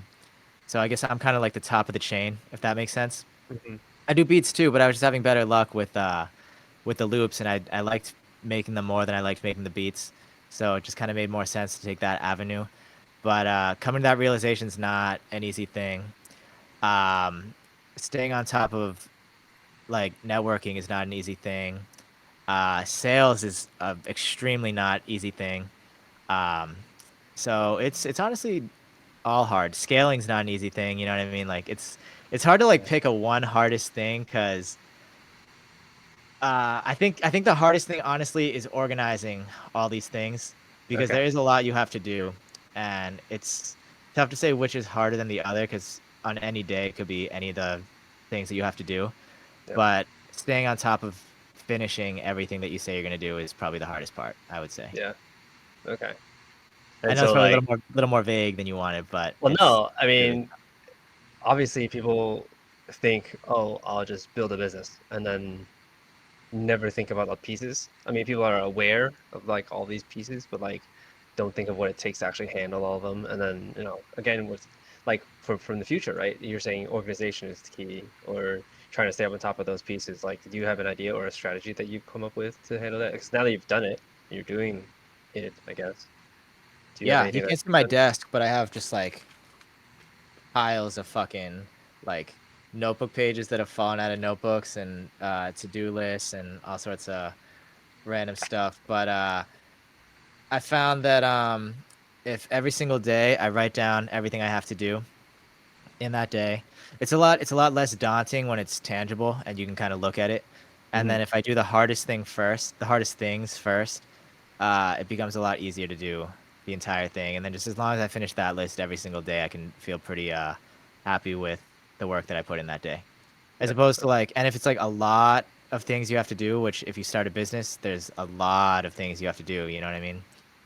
So you have to break it up day by day and say, today is when I finish this, and you have to make sure you actually finish it. If you don't finish it, you didn't complete the day. You know what I mean? And then you have to do it the next day. So yeah, that's definitely what I found to be the best way. Starting with the hardest thing is also definitely key for me personally, because I have the most energy when I start, like right at the beginning of the day. I At wake 2 up p.m. and I yeah, I wake up late and I rip a little workout and I eat breakfast and I get my coffee and then I start. And at that point is where like I'm most motivated, most energy. So do the hardest thing first, the one that's gonna be the biggest pain in the ass, and then once that's done, the rest of it becomes way easier.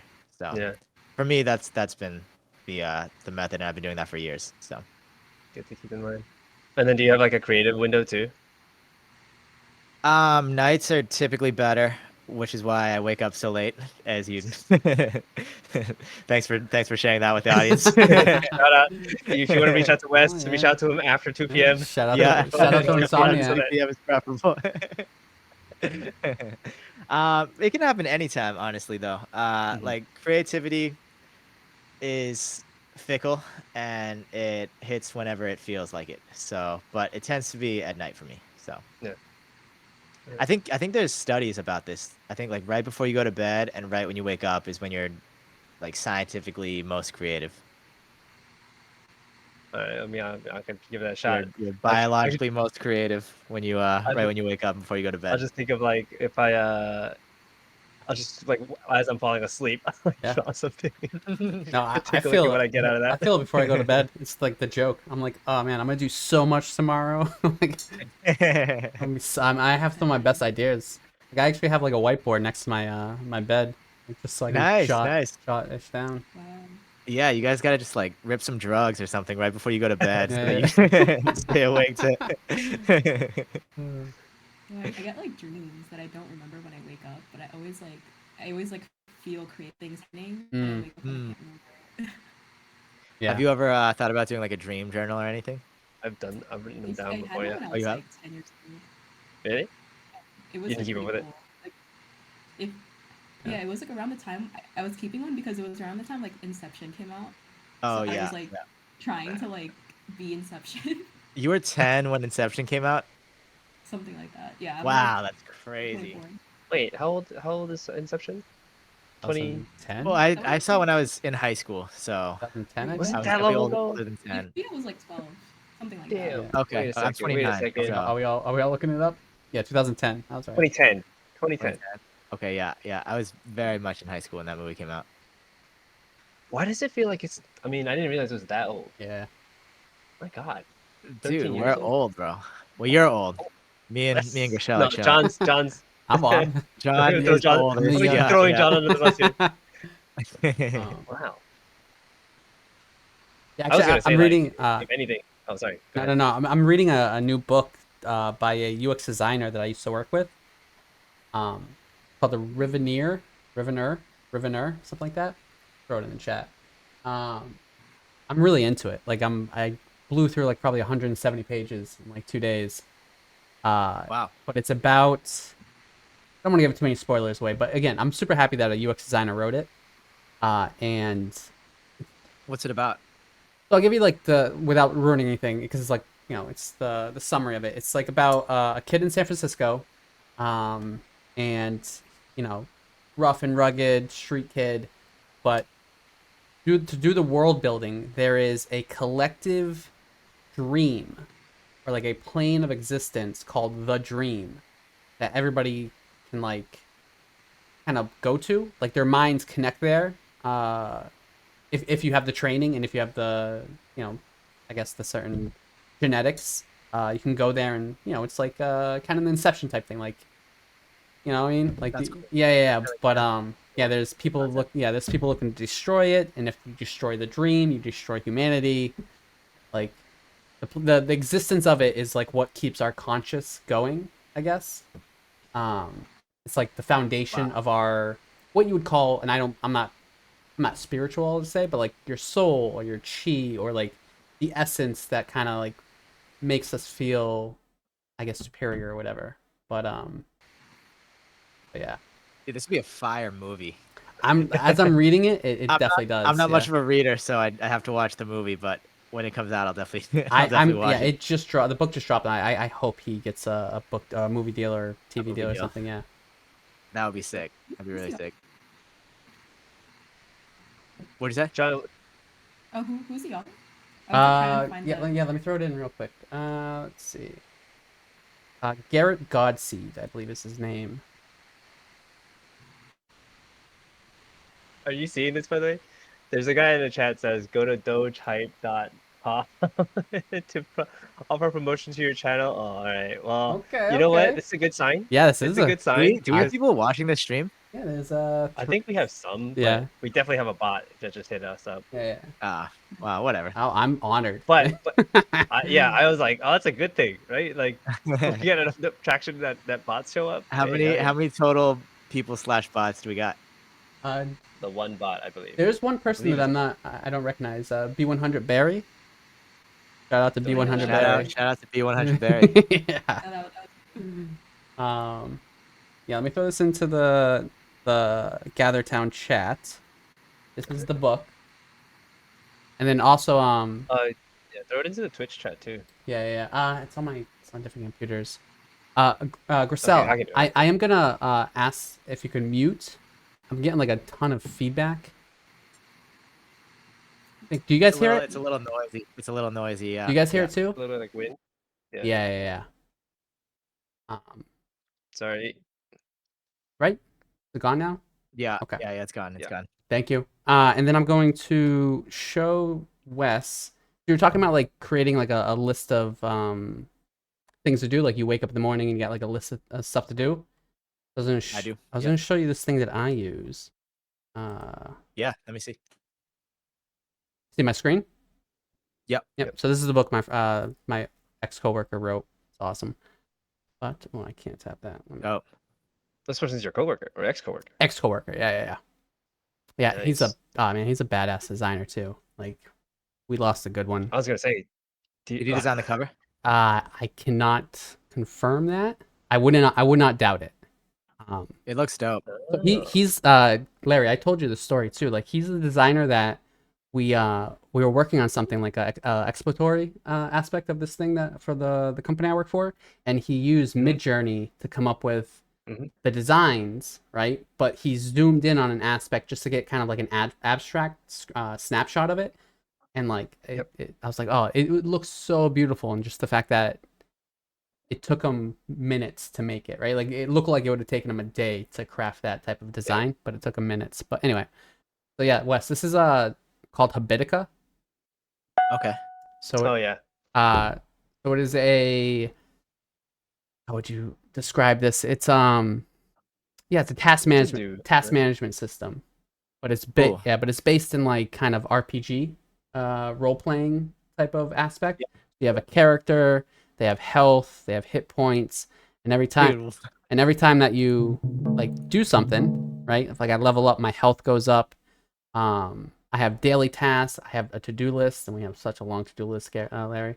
But yeah, like if I were to, get one of these in market, I would get coins up here, and then my health would go up, and then you can like buy stuff. Like you have Dude, that's crazy. an That's so inventory. sick. You can like hatch eggs, so you would have to like hatch the egg and like give it food when something like actually hatches. And there's equipment, customize a character. This is the new character I have. Like I have one that I've been using for a couple years that's a little bit more badass, but It's called Habitica. Habitica, yeah.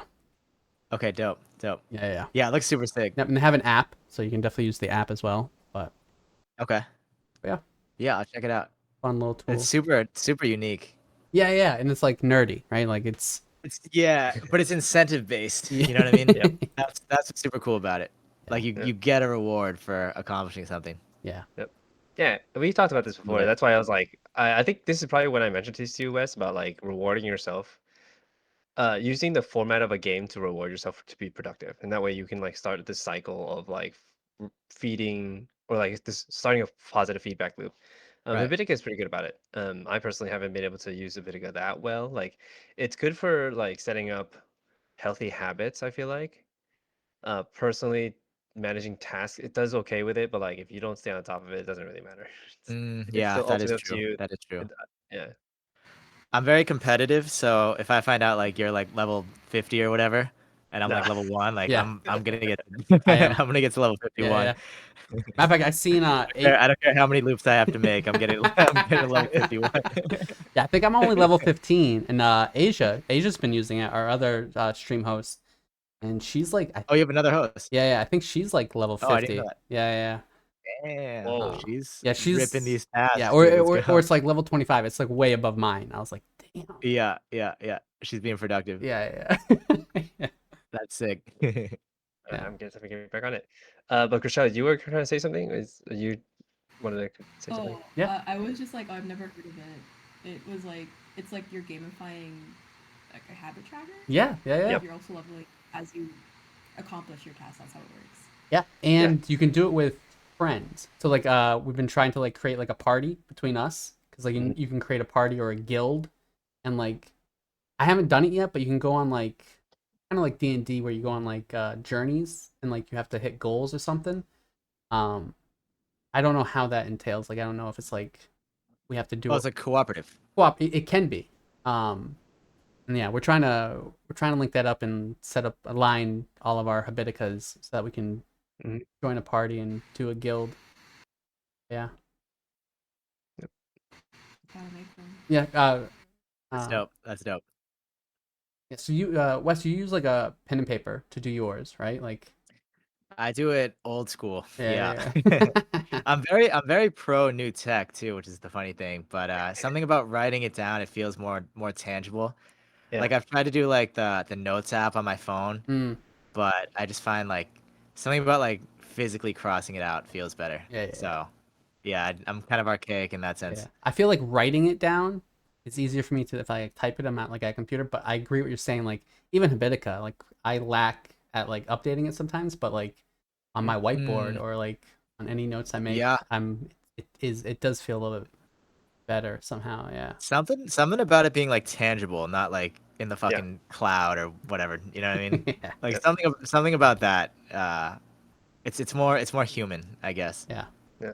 I think definitely also having it like because it's always present physically there versus like you have to consciously pull up the phone or consciously go on Habitica Yeah, because it's yeah, there. yeah. You can like, oh, okay, it's like a visual reminder Mm. without having to ping you for it.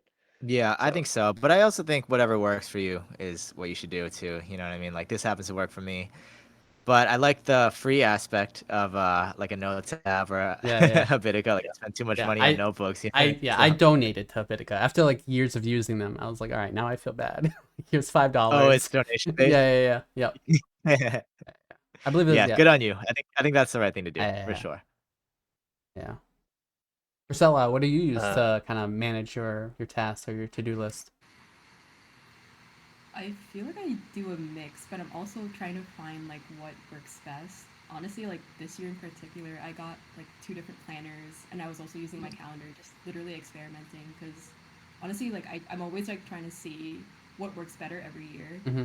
and it really like depends on what's going on with my life. Like if I'm like extremely busy, maybe I don't have the time or I'm like always like changing things up in the planner, and that's when I'm like, I don't know if I want to keep erasing everything.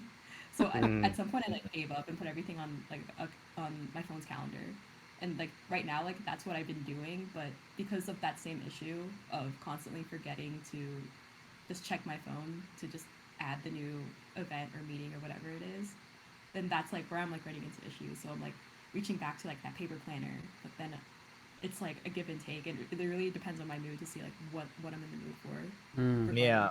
yeah. For like big like scheduling things, the calendar is definitely the like phone calendar is definitely key just because it gives notifications. Like if I didn't have that, my car would get towed every week. You know what I mean? Because they do street Yeah, cleaning here, shout out to Boston. and gotta move my car. Like I'm paying two it's hundred got dollars every every Oh, single yeah. week. rough. Uh, and then like canceling subscriptions too. Like Hmm. I paid for the Canva. You guys are Yeah, designers. that's the one I was gonna say. Yeah. Okay, yeah. I literally have a notification to cancel that tomorrow before I get charged for Nice. Yeah. the week trial ending. Yeah, I'm month to month, and like I want us to create some assets for the stream, but then I'm probably gonna cancel it. Yeah. Oh, you use Canva. Yeah. Yeah. Oh, okay, nice. You're not a Photoshop guy. I mean, I am. I use Photo P a lot. It's the cheap version.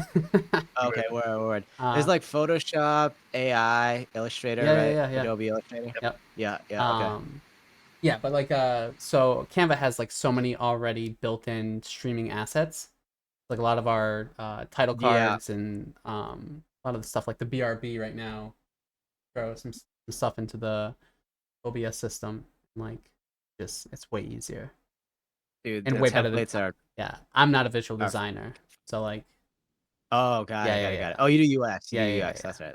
Larry's a Mainly, visual Eh, yeah, yeah. designer. I Like, wouldn't say I would say I always make the joke that I'm colorblind because when people ask me like what do you think about these colors, I'm like I am terrible with colors. Don't ask me if which one's Interesting. good. I'm like I can have an opinion, but I'm not gonna be like this blue is better than that right, blue. yeah. I The don't color know, theory man. of it, It's yeah, on you yeah, guys. yeah. Are you actually colorblind? No, Oh, no. I feel like that's probably the biggest Your misconception forte. with UX design. I feel like everybody who doesn't know what it is thinks that just visual It's like color designers. based. Yeah, they think Right, that like right, it's a right. heavy It's visual much more design, than that. which yeah, it's. I mean, all the best designers I went to boot camp with had a hard visual design background that helps so much. Mm, Um, yeah. but yeah, it's not mutually exclusive. No, it's mostly like function. Like if you're working on like UX for an app or something, it's like making sure that the actual function of the app works properly and is easy to Yeah. follow. And uh, they do the same thing with like copywriting too. Yep. Uh, like they just make it as like basic as possible. Like have you ever read a newspaper? Probably. I don't know if you have actually. I haven't really, Yeah, I but have. I'm old. okay. Never read. Back in my day. Me and Grishel have never read a newspaper in our entire lives. Uh, but what I've heard about newspaper copywriting is that they make the grammar like just as simple and Yeah. basic as possible so that anybody can read it. And that's essentially what UX is, but not for newspapers, for No, cool that shit. makes sense. Yeah, user experience. There is actually something called UX copy, which so I'm a mentor with another person from a previous internship that I was at. So we are mentoring these students, and every week this guy, I'm actually like his assistant, but his every week he like makes this like lesson plan to teach junior designers, and most of the stuff I've learned before, like UX designs and stuff, I've definitely done. So like if they have questions, they can come to either of us to ask like during the week or whatever. But on Monday, this yesterday, he was like teaching about UX copy. So we Mm, all I think as designers are innately aware of how words should be phrased and like how they should be used in like apps and stuff like that. So we've seen buttons mhm. that say continue to whatever. But that's Right. specific. That's designed so that you don't say click this button to move to the payment page, right? Like then Yeah. you design specifically, and you also don't say okay. So then all that stuff is UX design, but Mm, copywriting is much more text like market focused, whereas UX copy is like a user in the interface side. So yeah. if you look Oh, at a interesting. menu, it Very tells interesting. you very concisely what you want to get. Each button is also super concise and direct, so on and so forth. Yeah. Uh, Accept all but these yeah, cookies and give us all your data. That's Yeah. yeah. Don't read the fine We tell print. you just enough. Yeah, yeah, exactly. Oh, yeah. So yeah, yeah. I that's an Very aspect that I never simple. thought about, but definitely to now that I know about it, I'm like, oh yeah, I definitely been doing it already, but didn't know that that's the term for it. Right. That's cool. Yeah. I don't know if you guys are want to pivot a little bit. I kind of wanted to bring up just a general question. I'm not. We can kind of end the interview process, Wes. I don't know. I'm We I'm just I'm basically just a ended it. guest. I'm going with the flow. So whatever whatever you want to do, I'm here for it. Sick. So one of the Chriselle, I don't know if you're currently working or looking for positions right now, or maybe want to start your own business. I'm in like in between stages right now. I'm actually a TA for a UX design class, and my class is actually going to be ending. Like we're in like the finals right now, so they're working on their final design projects. But after that, I'm gonna Okay. have like a little break. But I kind of wanted the little break because I've been just doing the class since like February. Yeah, Yeah. I get Yeah, that. I but definitely get Are you a that. student or did you graduate I or what? graduated college, but not that long ago. So Okay. yeah, that's where So that's kind of where I'm at with okay. UX. Yeah, there's like other things I'm doing outside, just like side projects, but not necessarily like work. Yeah. I guess the path that you kind of envision is like to try to find work, or I what think do you so. think right now? Yeah. Okay. I also do game design, and I'm also like Oh, collaborating with Nice. like my past professor and like my old classmates. So we're in like the middle of trying to like come up with a game project right now. So that's Very like cool. side project number one, and we were just like trying to sort out like the logistics and the details. And as you were talking about like the the details of what goes on with starting a business as we were interviewing Wes, I was like, oh yeah, we have to start thinking about all this soon. Because you know, like literally, like my brain is just thinking about like the creative fun side of making Right. the thing and wanting to play with the thing, but it's way more than that. It's like the taxes and the marketing and X, Y, and Z that Yeah. I'm not even like ready to like dive into. I'm just like, let me come up with a cool concept, Yeah. and if I like it, then I'll make it. But it's only like such a small thing of the thing that you're passionate about that you want to create out of. Yep. But it's it's a lot to think about. it is Yeah. definitely Actually, true. Wes, I was gonna say, Uh, like, can you be like, just would this be accurate to say build the thing, then worry about the other stuff, or should you actually be like starting to consider taxes and the LLCs or whatever oh, I before mean, you yeah, finish? I'd fucking pay taxes. Yeah, definitely. Yeah, it's definitely a build a thing first, Mm.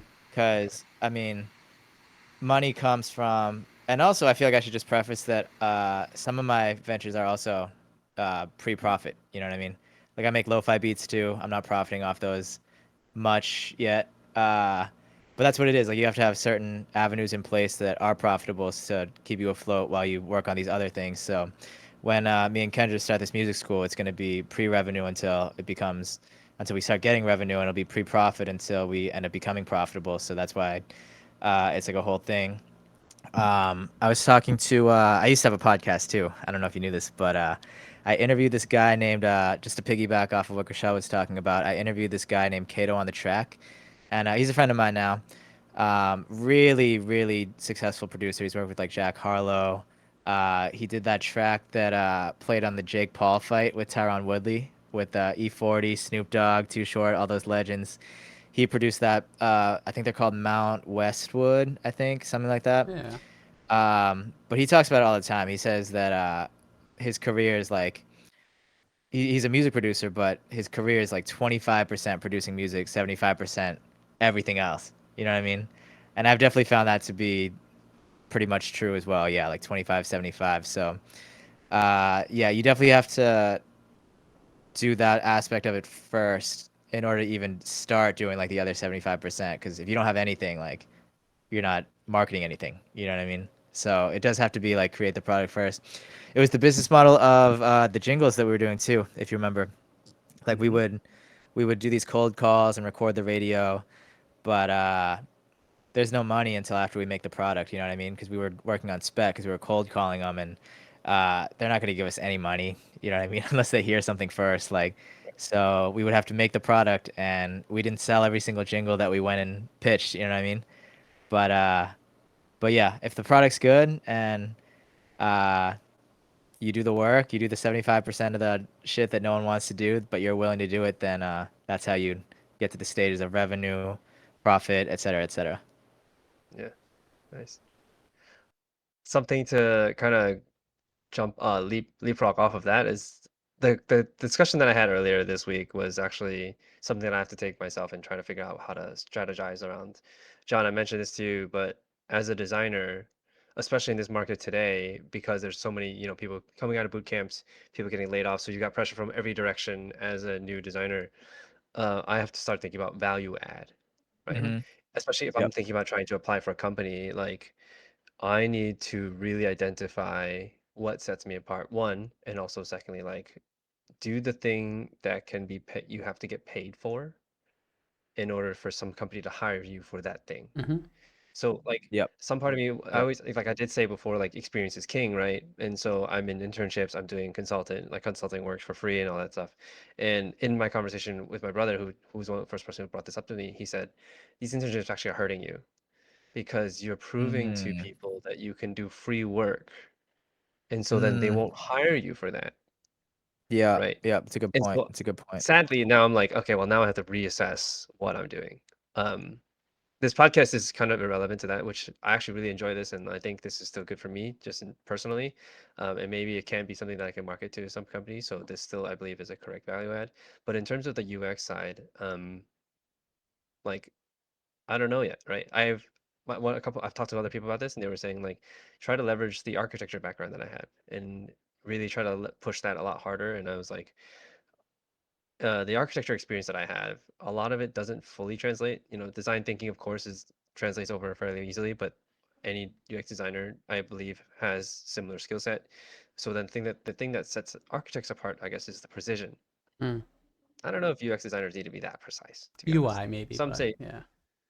yeah, but then I'm not a UI designer, right? So I'm like, okay, well, if I leverage this side, but I'm not a designer in that same way, then like the value isn't there, even if I claim to use that as a value add. But I guess Mm, just like big concept wise, and then for anybody as a person trying to find work in any field, really trying to really sell yourself and sell the thing that you are good at and that you can be paid for.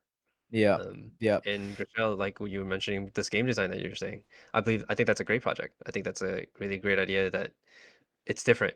It sets you apart. Maybe somebody will pay you for something that's relevant to game design and not maybe it's not the game itself, but like you thought of a game concept that somebody's like, hey, you know what? Let me monetize this game concept so that my user will stay on my website. Right? Like that thing can now be Mm. monetized, but that's the value add and not the game itself. And I have to try to figure it out for myself. I'm trying to find out like what it is that I can do. That yeah, yeah. The simplest way to look at value add, I feel like, is like salespeople. Like if you're a Mhm. salesman for a company and they pay you 100 grand a year to be a sales guy, if you can only bring in 80 grand, your value's not there, right? Yeah. But if you bring in 80 grand and they pay you 40 grand, then your value's there. So you can bring value, but it has to be greater than what they're paying you as far as a job is concerned, Right. is the way I would look at it. And I would actually push back on what your brother said a little bit, because you did prove that you could do the work for free. But the important part is that you prove that you could do the work. So it's only free if you let it be free. You showed up. So when I it comes time for negotiations and they say, well, like, well, you were an intern, you did it for free. Like, can you do it for free for us? Like, the answer is no. No, yeah. Like, know. you know what I mean? I did it for free for them because, first of all, they don't have to know that you did it for free. Yeah. A, That's Yeah. right? That's, Like, yep. B, they don't have to know what imaginary number you didn't get paid to do the job. You can leave that up to Yeah. their I got paid imagination. You know what I between mean? $0 and $100,000. It's a true statement. Yeah. It's a true statement. yes. Yeah. um, and yeah, that's the approach I would take, at least. Like, then it was free, but now it's not. You know what I mean? But I Uh-huh. hadn't done that at that point, so, and now I have. So I would push back a little bit. I don't think it hurts you necessarily. Um, Depending on but yeah, how long you do it. That's the only thing I would say. yeah, Like yeah, when I got yeah, done my boot camp, we worked on like passion projects and like did some free stuff for some companies, not necessarily intern work, but like some pro bono contracting.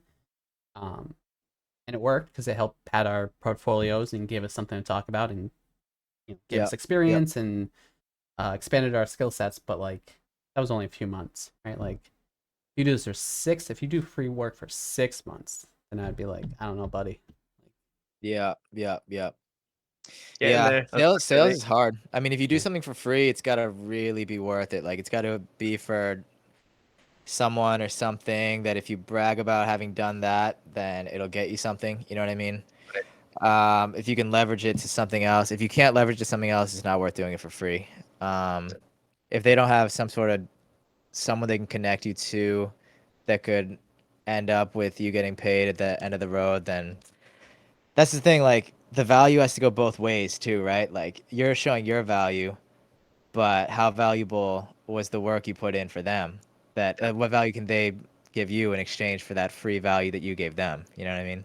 Like, Right. that's the whole balance of the whole shit. So And to like add it to all that, just the West might not be something you're aware of, but like the job market right now for designers and just in tech in general in mayhem. Just all the tech, Oh, is it? yeah, all the tech layoffs and all the boot camps that are churning out more professionals. It's Wow, I did not know yeah, that. it's pretty rough out there. What's the reason? Because of AI?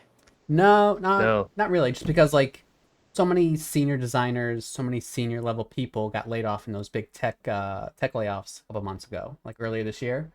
Like I would say there's Mhm. probably 100,000 people that got laid, Wow. 100,000 designers over the all those companies that didn't, like all the Fang companies and all of them.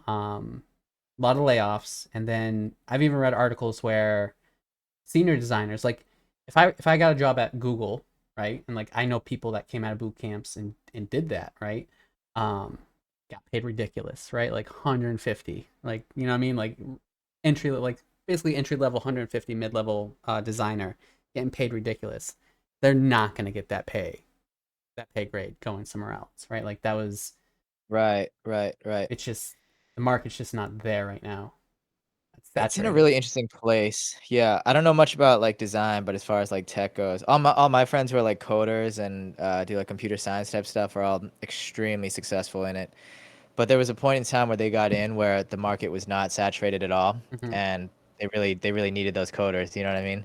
So yeah, same deal. Like Larry and I have a friend named Shoya, Yep. and he probably wouldn't appreciate me saying his salary on this stream, but it's in No, it's in the those are ballpark of what you said. Hold on, Uh, let me clip this real quick. What'd you say? so Shoria. Yeah, yeah, yeah. But yeah, no, it's Um, wild, yeah. but now there's a lot more saturation in the market, so Mhm. it's definitely interesting. Like they're kind of grandfathered in the sense that their salary will never go down, is my understanding of it. Like if they were to switch companies, and the company really wants them, they're not going to pay them less So I to do feel the job yeah. than they were Well, making depends on the previously. band.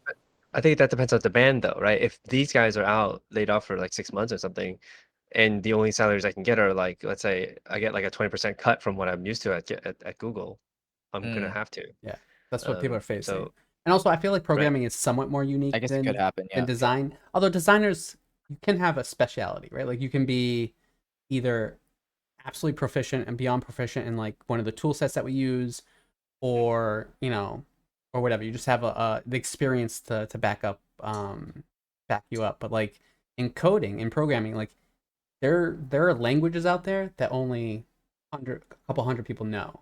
Right? Like there's certain That's true. Yeah. code stacks that like you can either pay 12 people 3 months to figure out, or pay one person, you know what I mean, 6 months, you know what I mean, or Yeah. 4 months, you know what I mean, like Yeah. because that's the weird thing about the one of the funnier like memes is like a PM asks a product manager asks a programmer, it's like, how long is this going to take you? And they're like, it's going to take me 1 month to do. I'm like, great, we're going to give you 3 people to work with you. How long will it take now? Oh, there's Oh gonna be yeah. 4 people working on it. Then It takes can be longer. 6 months to do, right? Like, um, Yeah. so like it's just one of those weird things. Whereas designers, I feel, I don't know if it's I don't know if it's the same. Like I don't know if there's like a secret language that certain designers can know. I think it's just more your proficiency in getting the job done fast, like your prep work, your execution, your delivery, your design thinking, like, and that just comes all from experience. Yeah, Like that's that what Larry used to tell that me can't about be the taught. architecture thing too when he was doing that. Yep. It was all about like output. Yeah, yeah, yeah. Yep. Although I think architecture is slightly different because the focus on that is the end product, right? And the end product is just to get the thing, and you're like the client just moves in to live with there. A lot of times in UX, well, just thinking big picture here, a UX designer's value add to a company is to help them generate revenue, however it is. Either it's, I mean, usually it's a user side, so like a lot of times it's like bringing in more users, keeping users on the page, whatever it is that Right. like Right. users getting like the product itself isn't actually the goal, but trying to get this big picture thing to succeed. And so, and that's why kind of what I'm talking about, this value add part, right? Especially now because the market is flooded with senior designers who have experience and junior designers that are new. You have to now set yourself apart even harder now. I mean, there Mm, could be a timing thing, right? If like I can say I've got experience all these internships and I want to charge 70K for a year. A senior designer coming out of Amazon has 1 year of experience, maybe he was making 6 figures, but he might come down to 90K, and that's comparable Mm, to a company. It's like, hey, I'll pay 20K more for 4 years of experience at Amazon. I have no, I can't beat that. So one of the arguments that my friends had, again, with this ongoing conversation this past few days, he was like, that's part leverage too, right? You can charge a little bit less Mm-hmm. for relatively comparable work. And especially if you can start leveraging this value add, now it's like they're getting a deal, hopefully. So yeah, yeah, I it agree does with come that. down to that. Yeah. Yeah, yeah. And as far as jobs go too, I feel like a huge part of it too, like workplace culture is so important. So if you're super cool stream host Larry, Yeah, yeah, yeah. and you go in and the I boss agree. really Yeah, likes yeah. you and thinks you'll get along with the crew and everything like that, if I were an employer of and I was looking for a UX person, like that would be extremely valuable for Yeah. me over the like fucking weirdo who is weird. Yeah. Hey, I believe a lot of designers. I believe a lot of designers are good people. I mean, I've Yeah. also worked with a bunch, I right? So know I know. I'm mostly joking. Mostly. I'm actually I have actually considered no. I have a. throwing this onto my profile. I'm like, can Oh, I'm I definitely going to. be Yeah. like, oh yeah, hell Well, yeah, that's what I let's do told you. it. Like, this is something an interviewer wants to talk to you about, right? Like, it's like think about it. Interviewers, if they're especially if they're just going for one job, if it's a small company or whatever, it's so repetitive, right? It must get it must get boring asking the same questions. Tell me about your journey and all that type of like oh oh you're a streamer, you run a podcast, like tell me Yeah, about yeah. that, right? Like that's gonna brighten up their day, right? That's gonna be something interesting that's they might not hear. Although podcasts, I mean everybody has a podcast, so maybe not that one, but Right. yeah, it's definitely true. I have a friend. His name's Adam, and he's much older than 3 out of the 4 of us in this in this stream right now. no names, no names. No names, no names. He's got like 2 kids and shit. But when he went to Northeastern, which is a college here in Boston. And you went to Northeastern, Larry. I I did, just yeah. remembered. Yeah, yeah, he went to Northeastern back in the day. And when he was in college, he started this website called undergroundhiphop.com. I don't know if you Okay. ever heard of it before. It became this huge, huge hip hop forum. Like Immortal Technique got discovered there. My friend Adam, he was the first person to ever interview Eminem, which is like super What? fucking crazy. And yeah, yeah, yeah. And yeah, a lot of like really talented underground hip hop acts got discovered on these forums, and it was this huge platform. And shortly before I met him, he sold the company because they had a brick and mortar shop as well, and he sold it for some amount of 7 figures that I'm also not going to say on this stream. And he sold it, made a bunch of money, and then I met him from skateboarding. Crazily enough, he pulled up to this bowl at this skate shop that used to exist, and he was just this old guy, like trying to skate. And I'd been skating this bowl for years, so he like came and talked to me, and he was like, "Hey man, like, do you have any tips on like carving the bowl?" So we started talking, and then it came up that I was a producer, and he was like, "Oh, like I ran undergroundhiphop.com, like I started that." And I knew about undergroundhiphop.com, so I was like, "What the fuck? Like you made undergroundhiphop.com?" Like this dad, you know what I You mean? didn't believe him, right? He's like, no I way. believed him, but I was like surprised, you know what I mean? But yeah, so after he sold the company, he was basically really bored and trying to like get into doing like random things. So that's why he started skating, because he like needed something to do, you know what I mean? So he was like trying to skate, and he used to skate when he was younger.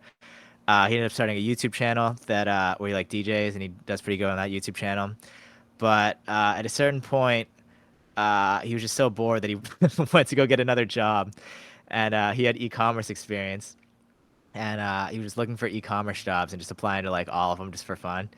And he applied for this like woman's bra company, and this guy had started a like the biggest hip hop forum on the internet at a certain point. You know what I mean? But and he was like, yeah, like I didn't really think I was gonna get this job, but they thought it was so cool that he started that forum and did like e-commerce and like something completely different than like women's clothing, like bras. You know what I mean? And they ended up hiring him and paying him a 6-figure salary, even Nice. though he had zero experience doing like bras or anything like that. They thought he was like a cool guy Yeah, too. yeah, You yeah. know what I mean? So that was part of his value add. You know what I mean? The fact that he was kind of set apart and they liked his story and they liked him. So Seen food for thought. I seen once, and I don't know how true this is. I seen it on the internet. probably read it, so take that as you will.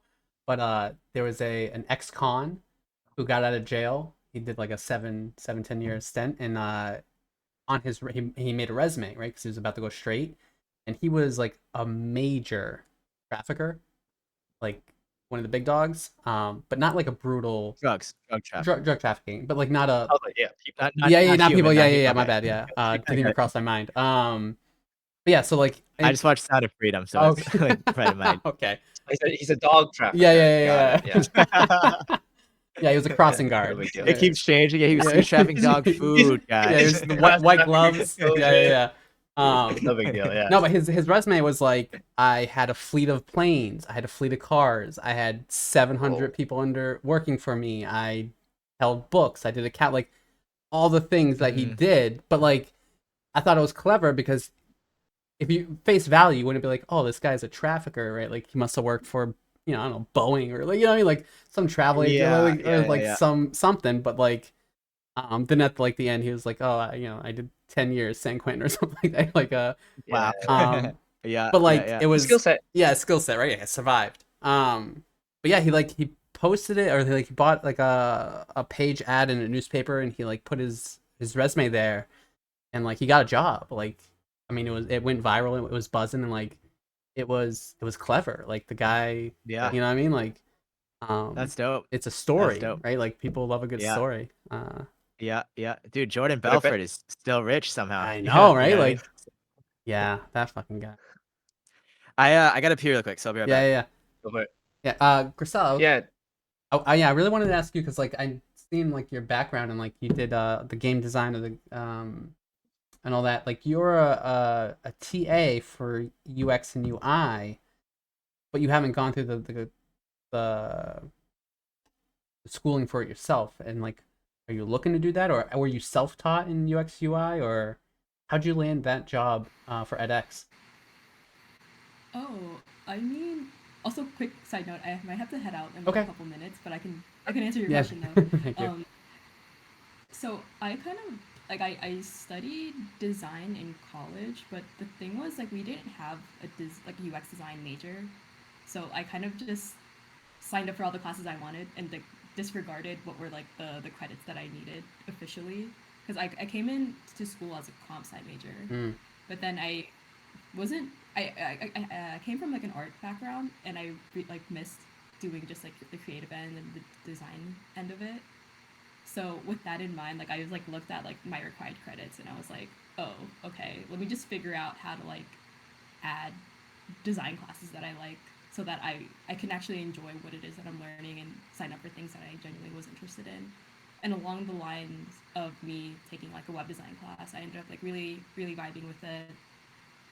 And I just was like going down a rabbit hole of like, oh, okay, what do I do if I want to keep doing this? And then UX came into my radar, Mm. and then I was just constantly like finding ways to just like peek my nose into UX. So like that was like a series of like me attending workshops, me attending like Zoom meetings, or like I signed up for not a boot camp, but just like an 8-week like single project course, and I was like able to add like one thing to my portfolio, but I was still like out and about like trying to just like find ways to keep designing. And then like I had like all those like projects just like listed on my resume, my portfolio and stuff, and that was kind of just like how they found me. I just like Nice. applied, and I was surprised that they reached out back to me. And then like during like the entire process, I was like, are you sure? The imposter syndrome hit Like, hard. Yeah, Huh? yeah. there was even like a quiz that maybe took me like 45 minutes to complete before I even like got an interview. It was a screening test. Yeah. And then after the said test, then I was like meeting with like the edX people, and then after that it was like, now just record yourself pretending you're teaching. I was like, how did I get this far? and then like I got like, then it was like the process of them finding a class for me, and honestly it's been pretty fun. Like I just like I value the fact that I still continue to just talk about design all the time with like the students, because otherwise like it's a lot of like self-discipline in the thing that you're really passionate about. And like Wes and like Mary was like talking about how it can just be it's like a lot on your to-do list that you have to be accountable for. And without this, I don't think I had that beforehand because it was just like the drive to want to keep learning that was moving me. And then after like graduating, then it was just like I need a job. But Mm. it was hard. But that's why like being in spaces like this is like really like I really appreciate it. So Yeah, we I like appreciate the you. community. Yeah, and I Yeah. definitely agree. Like, I feel like a buzz or like a vibe to motivate myself doing this. Yeah, I love it. All right. Okay. Oh, I have to go, but thanks. Yeah, I had fun just like popping in, seeing that you guys were like live, anytime. and seeing because I didn't meet like Larry and Wes, so Hmm. you know. Nice to meet you. Yeah, Yeah. nice to meet you, and definitely welcome to come back. Obviously, we do Mhm. this. We do this Tuesday, Thursdays.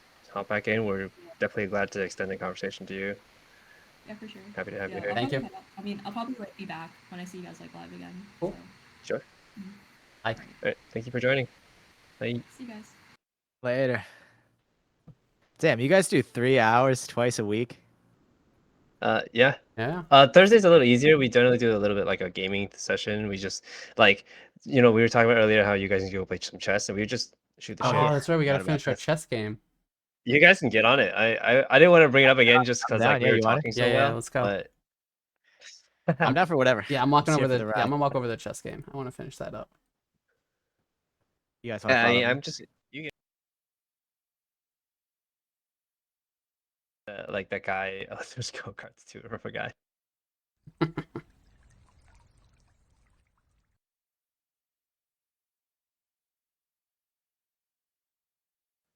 Uh, All right. John. So I was talking to Wes about relating to a story about the inmate who found a job.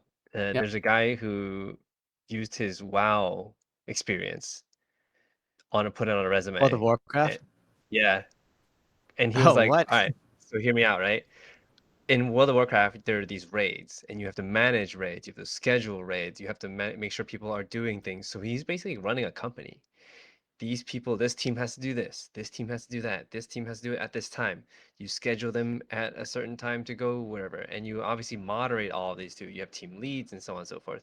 So he was like, "Yeah, doing this for like years on the side has definitely set me up, and I'm like well prepared to do this in a company field or like in a company setting." I was like, "Oh shit, I never thought of it that way." And I guess just coming back to it, like you were saying, a lot of the things.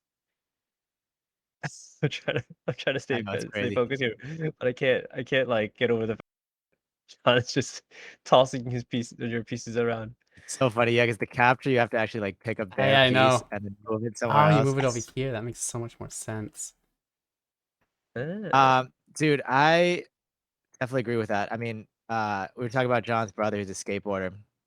There's nobody on this fucking planet who's more equipped to do anything than a skateboarder, dude. Like, I credit skateboarding to a lot of just who I am today, and like my ability to accomplish things even if I don't feel like it. oh, Because to whoa, hold on a Is that second. not the king? That's the king, right? It's No. queen. Oh, It should that's. be. It should be queen on her own. Queen on her Oh, own you're right. color. You're right. You're right. Yeah. Right. Right. Okay. Okay. That just tripped me out for No, no, for my a bad. second. Yeah. No, no, it's all good. Um. Yeah, dude. Jerry Seinfeld's actually talked about it crazily, dude. Like, it's crazy he knows this, but he has a quote where he's like, anytime I'm like out and I see any of those skateboard kids, I'm like, that kid's gonna be okay, Oh, because to learn how to wow. do a trick, like you're falling, you have to hurt yourself, you uh, get injured. You're from It's a whole, Seinfeld. it's That's a whole amazing. fucking, yeah, it's a whole process. Um, hold on, I'm trying to. Wait a Take your second. time. I moved. I did a bishop to. Yeah, you did have it. So this is your king right here. Oh, you can't see where my mouse is. This is my king right Hold here, on. right? That's your king. That's your king. Okay, perfect. That's exactly what. Hard. Okay, Hard. good move. Good move. I'm gonna go right there. Boom. You gotta get the chess app, dude. The chess.com. Yeah, I know. Yeah, I yeah. just started following this new guy, GM Canty on Twitch. He Okay, cool. like the speed chess in 30, like the 30-second speech of the bullet. Yep, It's yep, it's yep. wild. Yeah. Bullet, I hate. I can't play I'm Bullet, dude. almost set. Yeah, that's what I'm saying. Bullet is fucked. I just want to relax. But Rapid's cool. Rapid's I play 10 minutes, so Rapid is It's either not 10 or bad. 15 It's not minutes. bad. And yeah, it's like just enough time. All right, let's see. Let's see. Oh man, Wes, I keep forgetting to bring back. John, have you heard of Go? Yeah.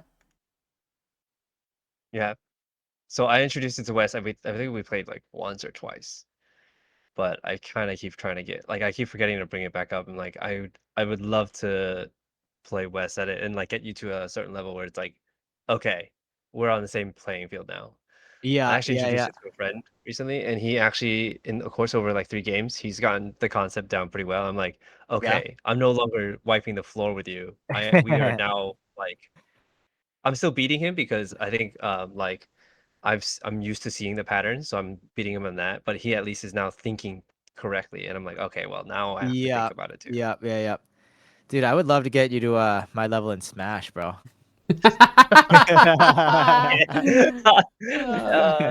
Yo, I just need to buy a Switch again. All right, yo, I'm gonna get on it. I'm starting Dude, to just grind think that about shit how back up. cool it would be, though, dude, if you were as good at me as at Smash, For real, for real. dude. I'm not joking.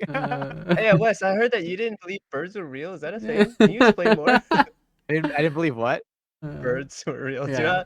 have you heard that What? kids think that birds are drones Yeah, or yeah, yeah. like I've heard that whatever? conspiracy. Oh, yeah, they are, dude. The Earth is flat. Yeah, they gotta change the batteries. The Earth's definitely round, but the birds, they definitely gotta change the Actually, batteries. actually, I just bought a like one of those window bird feeders.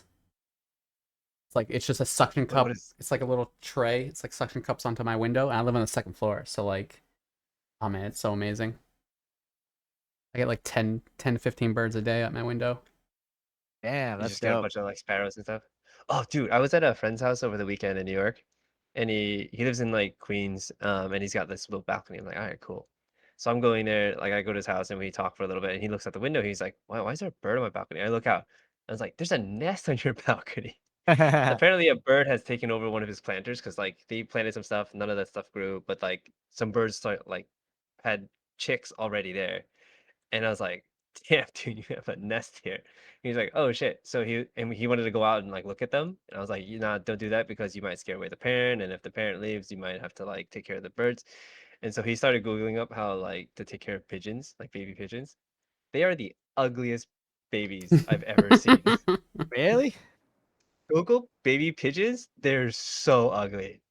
Dude, I It's just like, can't believe I've never seen one before. Like, how do I not just know what one looks like? I've but seen yeah, so many like I pictures, you know what I mean? I didn't think of it either, but I'm like, and then after he looked on, he's like, "Yeah, I'm not taking care of them. They can die. I don't care." Let me take a look right now. Oh, that's funny.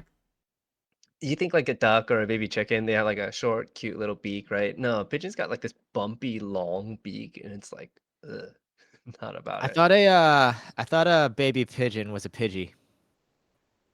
Like the Pokemon. That was the joke. Yeah, then it becomes a Pidgeotto, dude. And the final evolution form is the bird rat that we have today. I just looked at the photo. Yeah, it's pretty fucking ugly.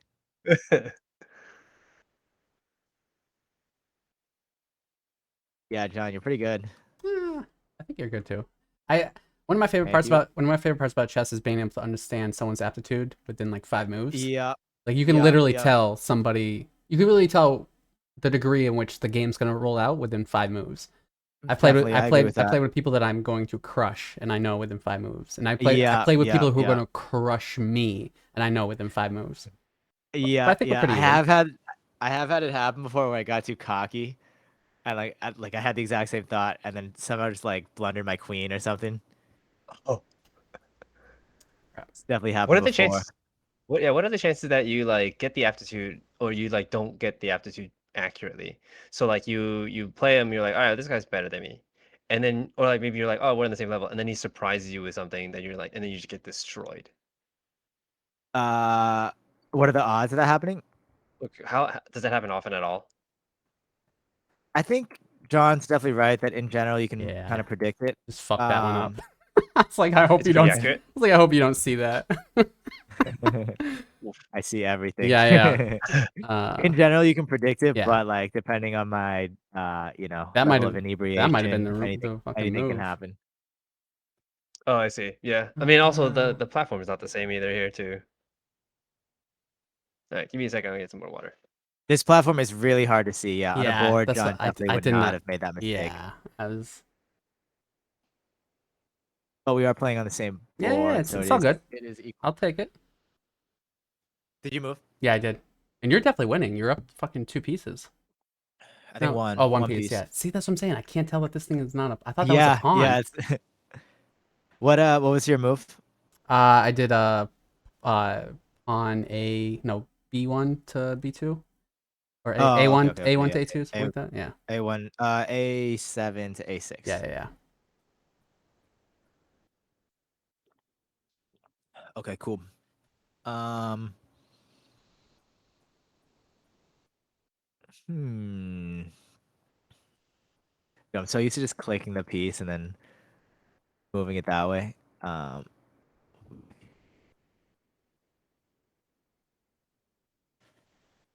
Oh, this is a question for both of you then. Do you think chess has helped in anything you guys doing Oh my like in God, your yeah. professional field? Yeah. No, definitely not. Really? I mean, maybe. You said yes, John? I mean, it is. I play like it's my calm down state. Like when I just need a quick moment for myself, I just play a couple games, or like I'll make a couple moves on the games I got going on. Yeah, I can't say that it's like anything's tangible, but like, oh yeah, because of chess, I'm better at X. But Hmm. I don't know. I feel like it makes me a better person. I just I I'm play. just a shitty person for not playing chess. But for me, like it's the thing that I do to like, because Wes, you'll understand this. Like my favorite part of chess is looking at the board and like visual, like not like Queen's Gambit wise, but like seeing the pieces feeling. move. Yeah. Like you know what I mean? Like it's like a play, right? Like you're like, oh, this is gonna happen, this is gonna happen, and then they're gonna do this. Like predicting someone else's moves and motivation. And like just playing all the things in your head, like not making a move and then making the move, and then all working out. Oh, Yeah. it is a feeling, right? Like I can get behind that for sure. yeah, but it is my Your move, right? yeah, it is. Yeah, it's just a quick little thing I do for my mental health daily. So it doesn't help directly with your career, but just as a person in your Yeah, I I livelihood. think there's a stereotype that chess players are like these like No, super geniuses. Yeah. There are a lot of really smart. Like to be a grandmaster, you got to be like pretty close to a super genius. But I wouldn't say that like playing chess has like made me smarter or like made me honestly like not in the way skateboarding has. Not to like bring it back to that whole thing. You think skateboarding has helped you more professionally than chess has? 100%. Oh, I Yeah, should start yeah. skateboarding. You should. Everyone should. It is really fucking hard though. Like to learn how to like, if I had to like relearn how to fucking like kickflip, ollie, tray flip again, like from scratch, it's a grind. So actually, yeah, let me put. I guess I need to put some context to this. Like, how does skateboarding help you? Well, so a lot, dude. So the way I started, we'll relate it back to music first, but the way I started playing trumpet, like getting into playing music that like I wanted to actually do. Hold on, let me just see what John's about to do real quick. I'm honest. I'm pretty sure I lost this game, so we're good. So I was playing classical piano when I was 5. My parents signed me up because they wanted me to get into a good college. Funny how we kind of cycle back to that too. Piano, college. Yeah. Yeah. It's an Asian thing. Although you didn't play piano, which is so crazy Did to me, not. dude. My parents were more of the go out and play some sports. I would have been one of those sports kids, like Yeah. Asian pros or something. Oh, okay. Got it. That's It lit. wasn't for college though. It wasn't for that. It was just like do something, be physical. That was it. Hold on, let me think about this real quick. There's must be a mistake. But yeah, thinking about like putting it that in that mindset, I wonder if my parents were a little bit more into that, they were like, yeah, pursue a sports thing, similar to how some parents were like pursue the arts side. Wonder if I could have done anything about that, because like thinking back, like I definitely have the physical grit, the mentality for physical grit. I know that for sure. Don't know. I really want to answer your question because it's a deep question, but I'm also like really bad at multitasking. So Yeah, everything. The trick, I'm man. like You doing don't this. need Yeah, Like yeah. really, it's really hard for me. Yeah, It's really hard the for me next to 5 answer, like, moves are really gonna decide this game. yeah, I'm yeah, trying. yeah. I'm trying to help my boy Yeah, John thank here. you. So about this music Oh company yeah, you're starting. They do this when me and Larry play Smash too. Like yeah. someone Yeah. will I was gonna start like say, having a fucking conversation with me about like whatever the fuck, and then yeah, I just yeah, lose. John. I was gonna say I like definitely distract Wes a lot of time, because he's okay in our Smash group. We have like a lot of it's his the friend group that we have. I think Wes is probably one of the best. And so anytime anybody's playing, if I'm not playing, I'd always try to be like, hey, Hell yeah. just start this random conversation with people who are not playing, and then the guy that Wes is playing against is not talking, but Wes has to like contribute So do you really somehow. think we should be in Ukraine or no? Or what are your How do you feel thoughts? about this UFO thing, Yeah, guys? right. Like they're gonna pay our student loans or what? Am I right? Yeah. Is it my turn by the way? It's your turn. What'd you do? What the fuck I did I definitely do? wasn't. Wait, I no, don't. it might be no, I it don't is think. my Yeah, I don't think wait. it's. I don't because Did I you. not move, dude? Am I tripping, dude? No, I did night. I did night. I put my night over here. Oh I yeah, was like, I yeah, thought yeah, that's yeah. why. You did. Yeah. Okay. Good move. Good move.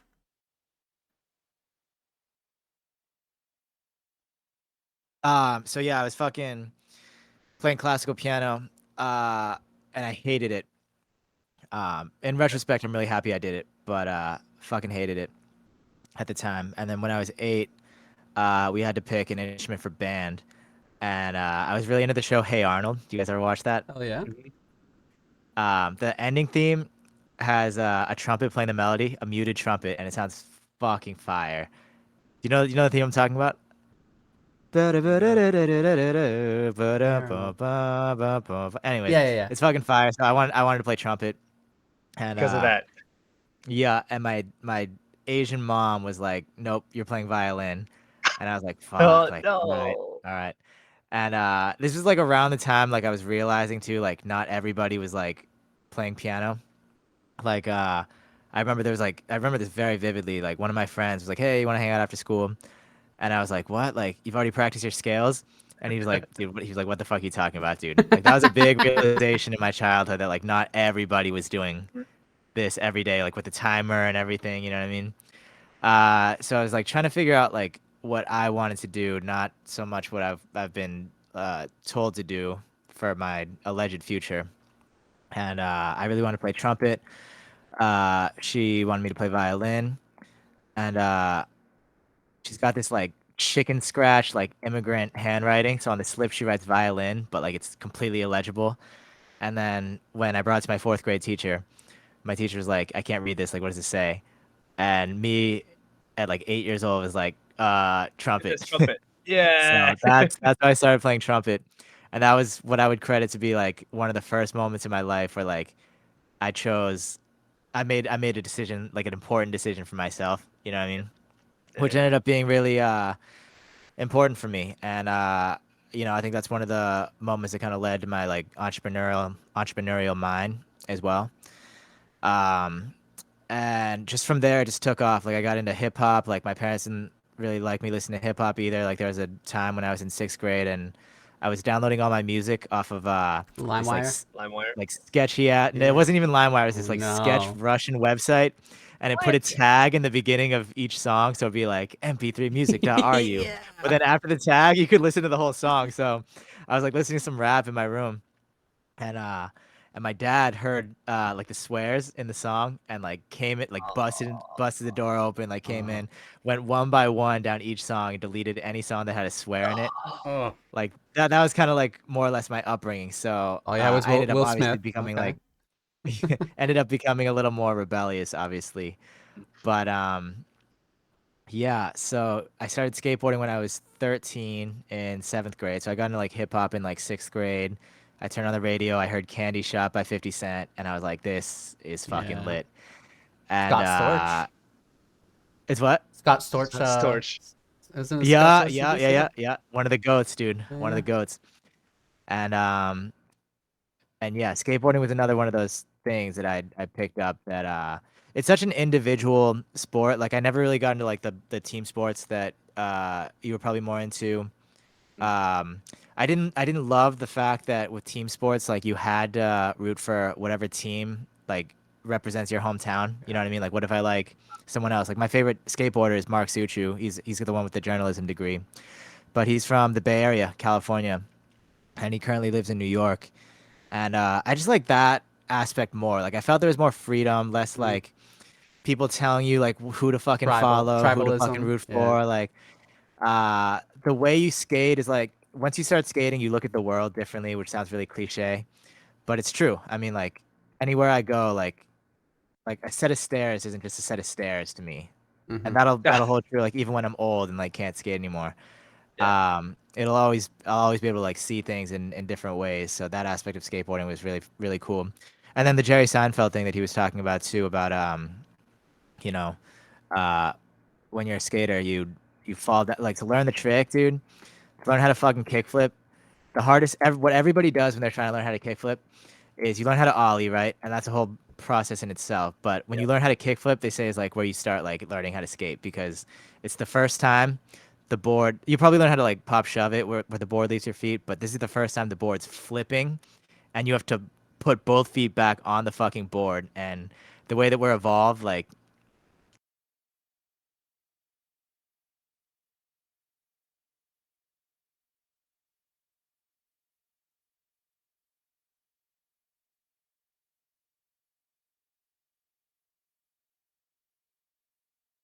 every aspect of your human nature and put your fucking feet on the board, even though your brain is like, don't fucking do that. Like you're gonna get hurt. You're gonna fucking die. Yeah. And it should your brain should work that way. You know what I mean? But at the same time, the satisfaction you get from doing it is it's pretty indescribable. So Uh-huh. that's what's really cool about skateboarding, and it's such a free thing, dude. I think there's a lot of ties to entrepreneurship and skateboarding that you can't really understand unless you do it, which is unfortunate. Which Mm. is probably why it probably seems like I'm not very good at explaining it. But that's probably as good as I can do. So I mean, I think definitely the not giving up mindset definitely translates over. 100%, And 100%. I can definitely believe or see Is it my how turn like or your turn, It John? is. It is. Yeah. It's you or me. Yep. I did. I believe it's you, Did this Wes. pawn. Yeah. Ah, okay, okay. Yeah. Okay, Definitely okay. can see that it's the perseverance for sure. Um, yeah, and that's I feel like that's applicable to stuff in life in general. So yeah, skateboarding, and that's kind of why I think sports, or well, in my side was always sports, like learning to get better at something, developing a skill, and not giving up on the skill itself. Definitely still applicable to this day. Um, Maybe not so much for the career itself. Like I can't imagine how my grit in, let's say, handball or my hand-eye coordination has developed my design skill. I don't see the translation there, but definitely the like not gonna give up, gonna keep trying and doing something and looking at everything, do whatever I can. Yeah, and if you have that trait, dude, you should really, really. It's an easy trait to take for granted, dude, but it's so fucking valuable, and most people on this planet don't have it. Yeah. Um, and most people think it's just something that, like, oh, like I wasn't born with it, I can't acquire it. But I completely disagree with that narrative. I think anybody can get better at motivation and perseverance and Yeah. uh, all the things are Yeah. required to do any of these things that we're talking about. Good move, dude. Um, Yeah, it's a little shit, sad to dude. hear that, like I got lucky with my own parents that they were always pretty receptive to things that I wanted to do. I think talking about my first entrepreneurial experience was in high school. There was a club. I don't remember the name of the club anymore, but they had oh, it was like a investment club or something like that. Some guy was like, "I'm gonna start this club, and I'm gonna get the members to go out and sell this candy." He actually just did a pyramid scheme. He would buy candy, separate into these boxes, and then the members would buy this box from him for $20 of Mhm. $25 of candy, and then go back out and resell the candy again. It was just exactly that of a pyramid scheme. Oh wow. And so I had done it. I sold one box. I was like, the hell? I recognized it almost immediately, and I was like, okay. I was like, I just want to be in it because it's part of the club or whatever. And then I was like, no, it's a scheme. And then I went and told my mom, I was like, can we go to Costco? I'm gonna go buy my own boxes. And obviously, having sold at least one box, I was able to get market research on that. And it's like, okay, well, these kids hate this. Pop Tarts, like the brown sugar, nobody's sold it because I would always end up eating it myself. So I'm like, I have to Mhm. go buy a box the next week because nobody's gonna buy this candy, but everything else I knew would sell. So I like bought my own box, curated my box specifically, and sold it for a while. And my mom was like, "Yeah, we're doing that. I don't care if you're undercutting this kid. I don't care you're doing it for your own, gains." And obviously, I had marketed it like I was selling it for my own club, and this is the whatever I made up some club. But Dude, she I'm was so like, sorry. I'm a Yeah, yeah, horrible yeah. listener. I He have really. some. This is This is a really this is a important move. move. Yeah. Sorry, sorry. I really do I want to hear about I'll be honest. I haven't heard anything you say. I'm at edge. this. "Oh, shit." Something about Here's what I chocolate. also think we should do, Something about John. chocolate. At some point we got to play a real game, Yeah, not yeah. No. on this Yeah, particular yeah, Now board. we all actually. I Uh, keep meaning to go have like a drink with Larry sometimes. I have like a really good like board, yeah. like a portable board that I bring to bars. what are you guys doing after this stream?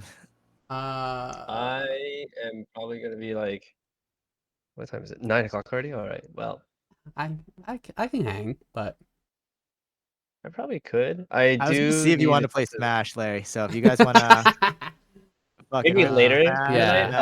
and get some brews. Maybe later in the Yeah. night. I do want to talk to my Yeah, girlfriend I'm because not she's I'm had not a bad as much day. of a night and owl stuff. as you are. Okay, yeah, Oh fair yeah, enough. vampire just gotta sleep. Yeah. Yeah. Nah, sleep is key. I'm actually working on that too. I'm going to bed a lot earlier I've been these Really? doing days. I've been doing CBD pills with a little bit of Really? melatonin in them. But Hmm. yeah, my partner she got them first, and then she put me on. But You like them? um, I don't know if it's just a placebo thing about it. Like I do feel like I sleep better, but I still wake up a few times a night. Uh, I do like it though because I don't like regular sleeping pills because of the way I feel groggy in the morning. Do you have insomnia or anything like that? I did like growing up. I mean, Mm. I could stay up till 6 in the morning right now, no problem. Right, like especially if I Yeah. have something on my like, I kind of have to wind myself down to go to bed. But Yeah. but yeah, Funny enough, you were talking about reading that book. For me, because I've had insomnia kind of recently, because I've had to wake up pretty early, Mhm. for like DJ gigs and stuff recently, and going to bed like super late. It's so hard for me to like go to bed at a reasonable hour. But it's funny because I was telling the boys about this, and I was like, the way I preface it, dude. I was like, guys, I found this life hack, and they were like, what is it? And I was like, yeah, if you want to fall asleep, just read a book, dude. It just puts you right to That's a life sleep. hack. I was like, so I didn't even realize it was funny until like after like everybody Oh, like laughed at it. that is pretty funny. But I mean, it worked. So I don't know if I have a feeling you're a better reader than I am because it seems like you can read for fun and not fall asleep.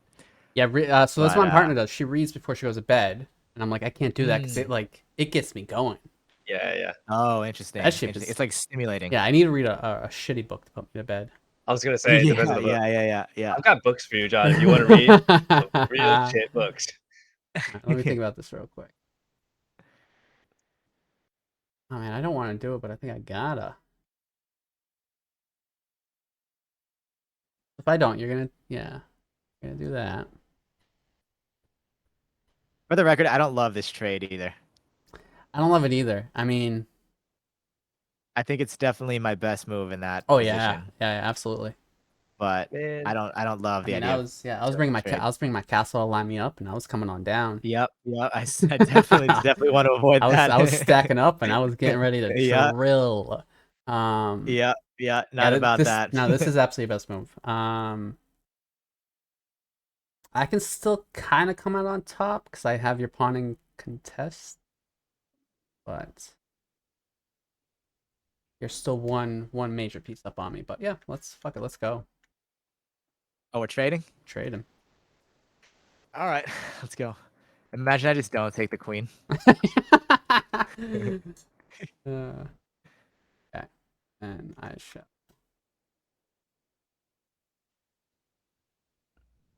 Yeah, yeah, So, nice. so Larry, I don't know if you play chess, but the one advice, the only, because I have never studied chess, I just play a ton.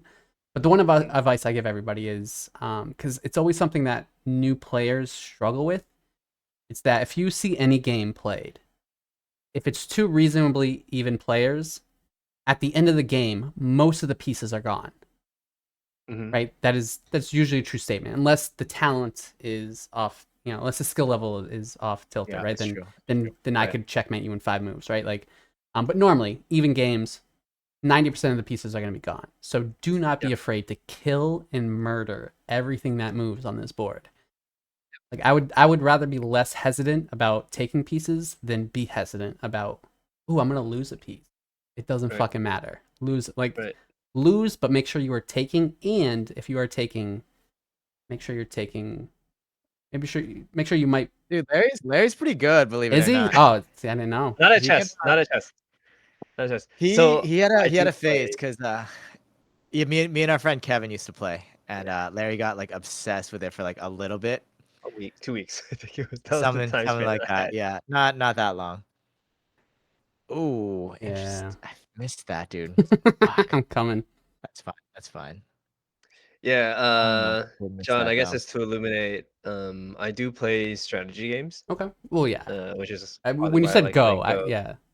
Yeah, Go. I played StarCraft, StarCraft 2.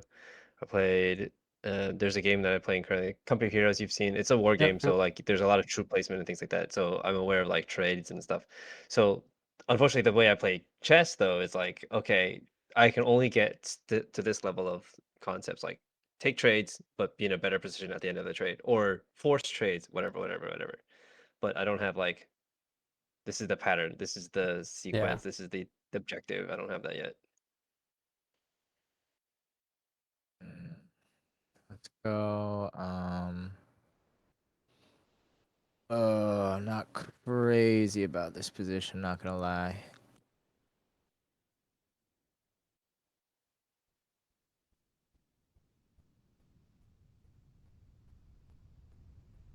I can't believe you don't know your rating, John. Because I don't play chess.com. Like, Yeah, yeah. No lead chess, nothing. no, You never done a tournament or anything? no.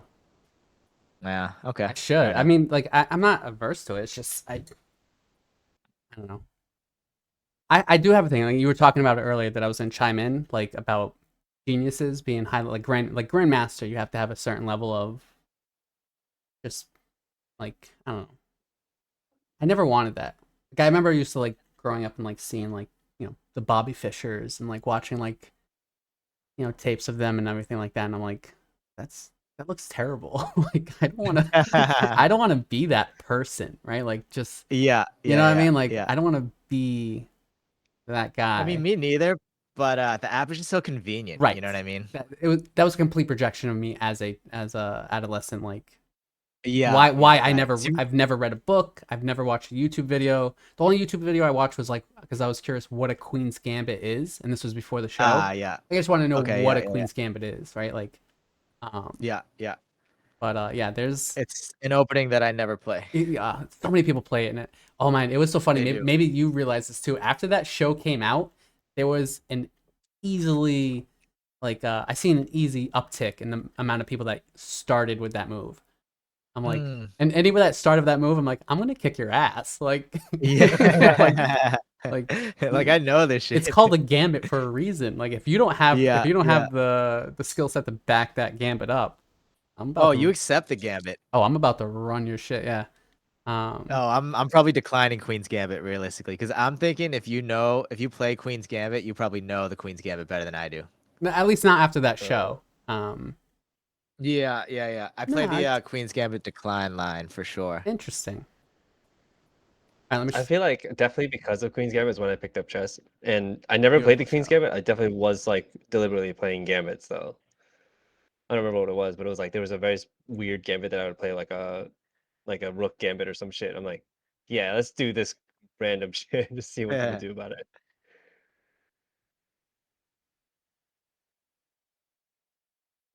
Yeah, we're gonna do this.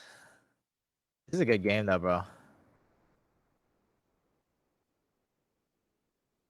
Oh, yeah. It is harder to see shit on this board. I'm not gonna lie. I No, have this big, I agree. like It right, doesn't help with the tree right on my there, fucking yeah. A file too. Yeah. Sucks, dude. Actually not too bad. That was terrible, buddy. I move. Yeah. Oh, you're yeah, right. I'm sorry. I'm Fuck. sorry, buddy. Check. I'm resigning. Good game. Oh, Damn, that's tough, dude. Yeah, that's a tough one. I think that game was you. Yeah, I think I had it. If you looked at an eval, I would have it after I won the minor piece, after I won the night. Yeah. That game was you in the last I think four moves. when probably. I did the pawn here, I think you went wrong Yeah. when you backtrack. Like I knew what you were trying to do with your knight, but you should have checked me with your knight here. Cuz like King here. yeah, when my king was here, and you were here with your knight, and you had your bishop Oh, here, yeah, your queen that- here, you should have checked me with your knight. Right now I would have gone back your bishop one. here, right? And then you could have brought your bishop down. I may have had to take your bishop. You could have brought the queen down, and that would have been And pretty then much. queen would have been here. Yeah, that would have yeah, pretty yeah, much. yeah. Yeah, I was. I'm gonna leave it at this. Yeah. You should get the app so we can play a game on a. Fair enough. Yeah, sounds like this was a platform issue. yeah. not a- Yeah. No, L's an L. No Yeah. Johns. No Johns. Yeah. Okay. Yeah. I This don't is, know. I don't know if John knows what a John is. It's a. Oh, right. I'm offended, Smash. but I do not. But yeah. It's an OG Smash term, like for the guy who like makes all the excuses when he loses, like like I didn't eat enough today. I I'm didn't more sleep enough. offended. I didn't make it up, just for the record. The But guy's name was John. and that's that's a why re- they call it John. So it's this Oh, is I didn't even this is know an that. ethos thing, right? This is something that's out there. This isn't just your crew. Yeah.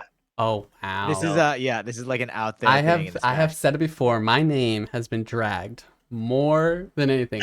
We're a toilet, right? Like you call it a toilet a John. Oh wow, yeah, I never even you thought call about that. Yeah. you call somebody that hires a prostitute a John. Oh, is okay. it? Yep. Okay, I didn't So even know there's that. I don't think it's a Who's Jane. the pimp? I don't know. I don't know if there's a name Okay. for that, but like Okay. I forget the name for the prostitute. But a John is somebody who hires a prostitute, and then Okay. what was the other one? There's got to be good Johns Like too. John though. Doe, Are there like not? John Doe's, like if anybody's missing, if nobody Well, I wants would- this I mean- person. Yeah, Yeah. that is unfortunate. You know why, dude? Yeah. It's because there's so many. It's such Yeah, a common yeah. name. There's so many Johns that it's like if common, one yeah. fucks up, they just ruin it for all the other Johns. I had this conversation a while ago. We were talking about baby names, and like coming up with like creative names, and like it has like how do I say this, like a positive and negative effect, right? Like one, the kid feels a sense of identity, right? Like they feel Mhm. unique in their identity, because like I do not identify myself by my name. Like I don't feel represented by John, right? Like Yeah. if you Interesting, know interesting. me, I feel like you don't know me by the imprint of my name. It's obviously by more the imprint of my personality and character, but if somebody else like Xander with a fucking It's you know what I it's mean, so like true. Yeah, that's names have connotations like yeah. Karen, dude. What do you think when you hear Karen? Oh, poor Karen. Yeah, like yeah, so Yo, I gotta go in a sec. I gotta shower. I gotta eat dinner. I gotta do some emails. What are your guys' plans? yeah, I'm wrapping so, yeah, up I for just the got to day. talk to the girlfriend, Yeah. but then that's about it for the night for me. Okay, you want to hit me up whenever you're done with that? Yeah, I'll let you know. Yeah. But yeah, Wes, thank you for coming. Yeah, thank you, Definitely man. had a great conversation. Like a lot of the times, like I know we talked a lot on our own, and I've never asked these questions to you, but just like thanks for the all the stuff that you've given in this conversation. It was a lot. It was Dude, for good. sure. Yeah, this is Thank you dope. for having me. Yeah. Hopefully the viewers enjoyed it too. Yeah, I'm not gonna be able to make it out We'll tonight, see. but let's definitely go out for a drink sometime, and I'll bring the board. I'm down. I'm down. Oh, Let's do it. Yeah, so I'm going to your birthday, John. So Wes, maybe you should roll up too. Yeah. So Sure, in I October. it is October 27th. I had to push it because some family members weren't gonna be able to make it. But I just put out the invite, and I'm gonna drop it into the Discord. So like, yeah, pass it on to Wes. I just need a head count. So the venue that I'm getting. Okay. Yeah.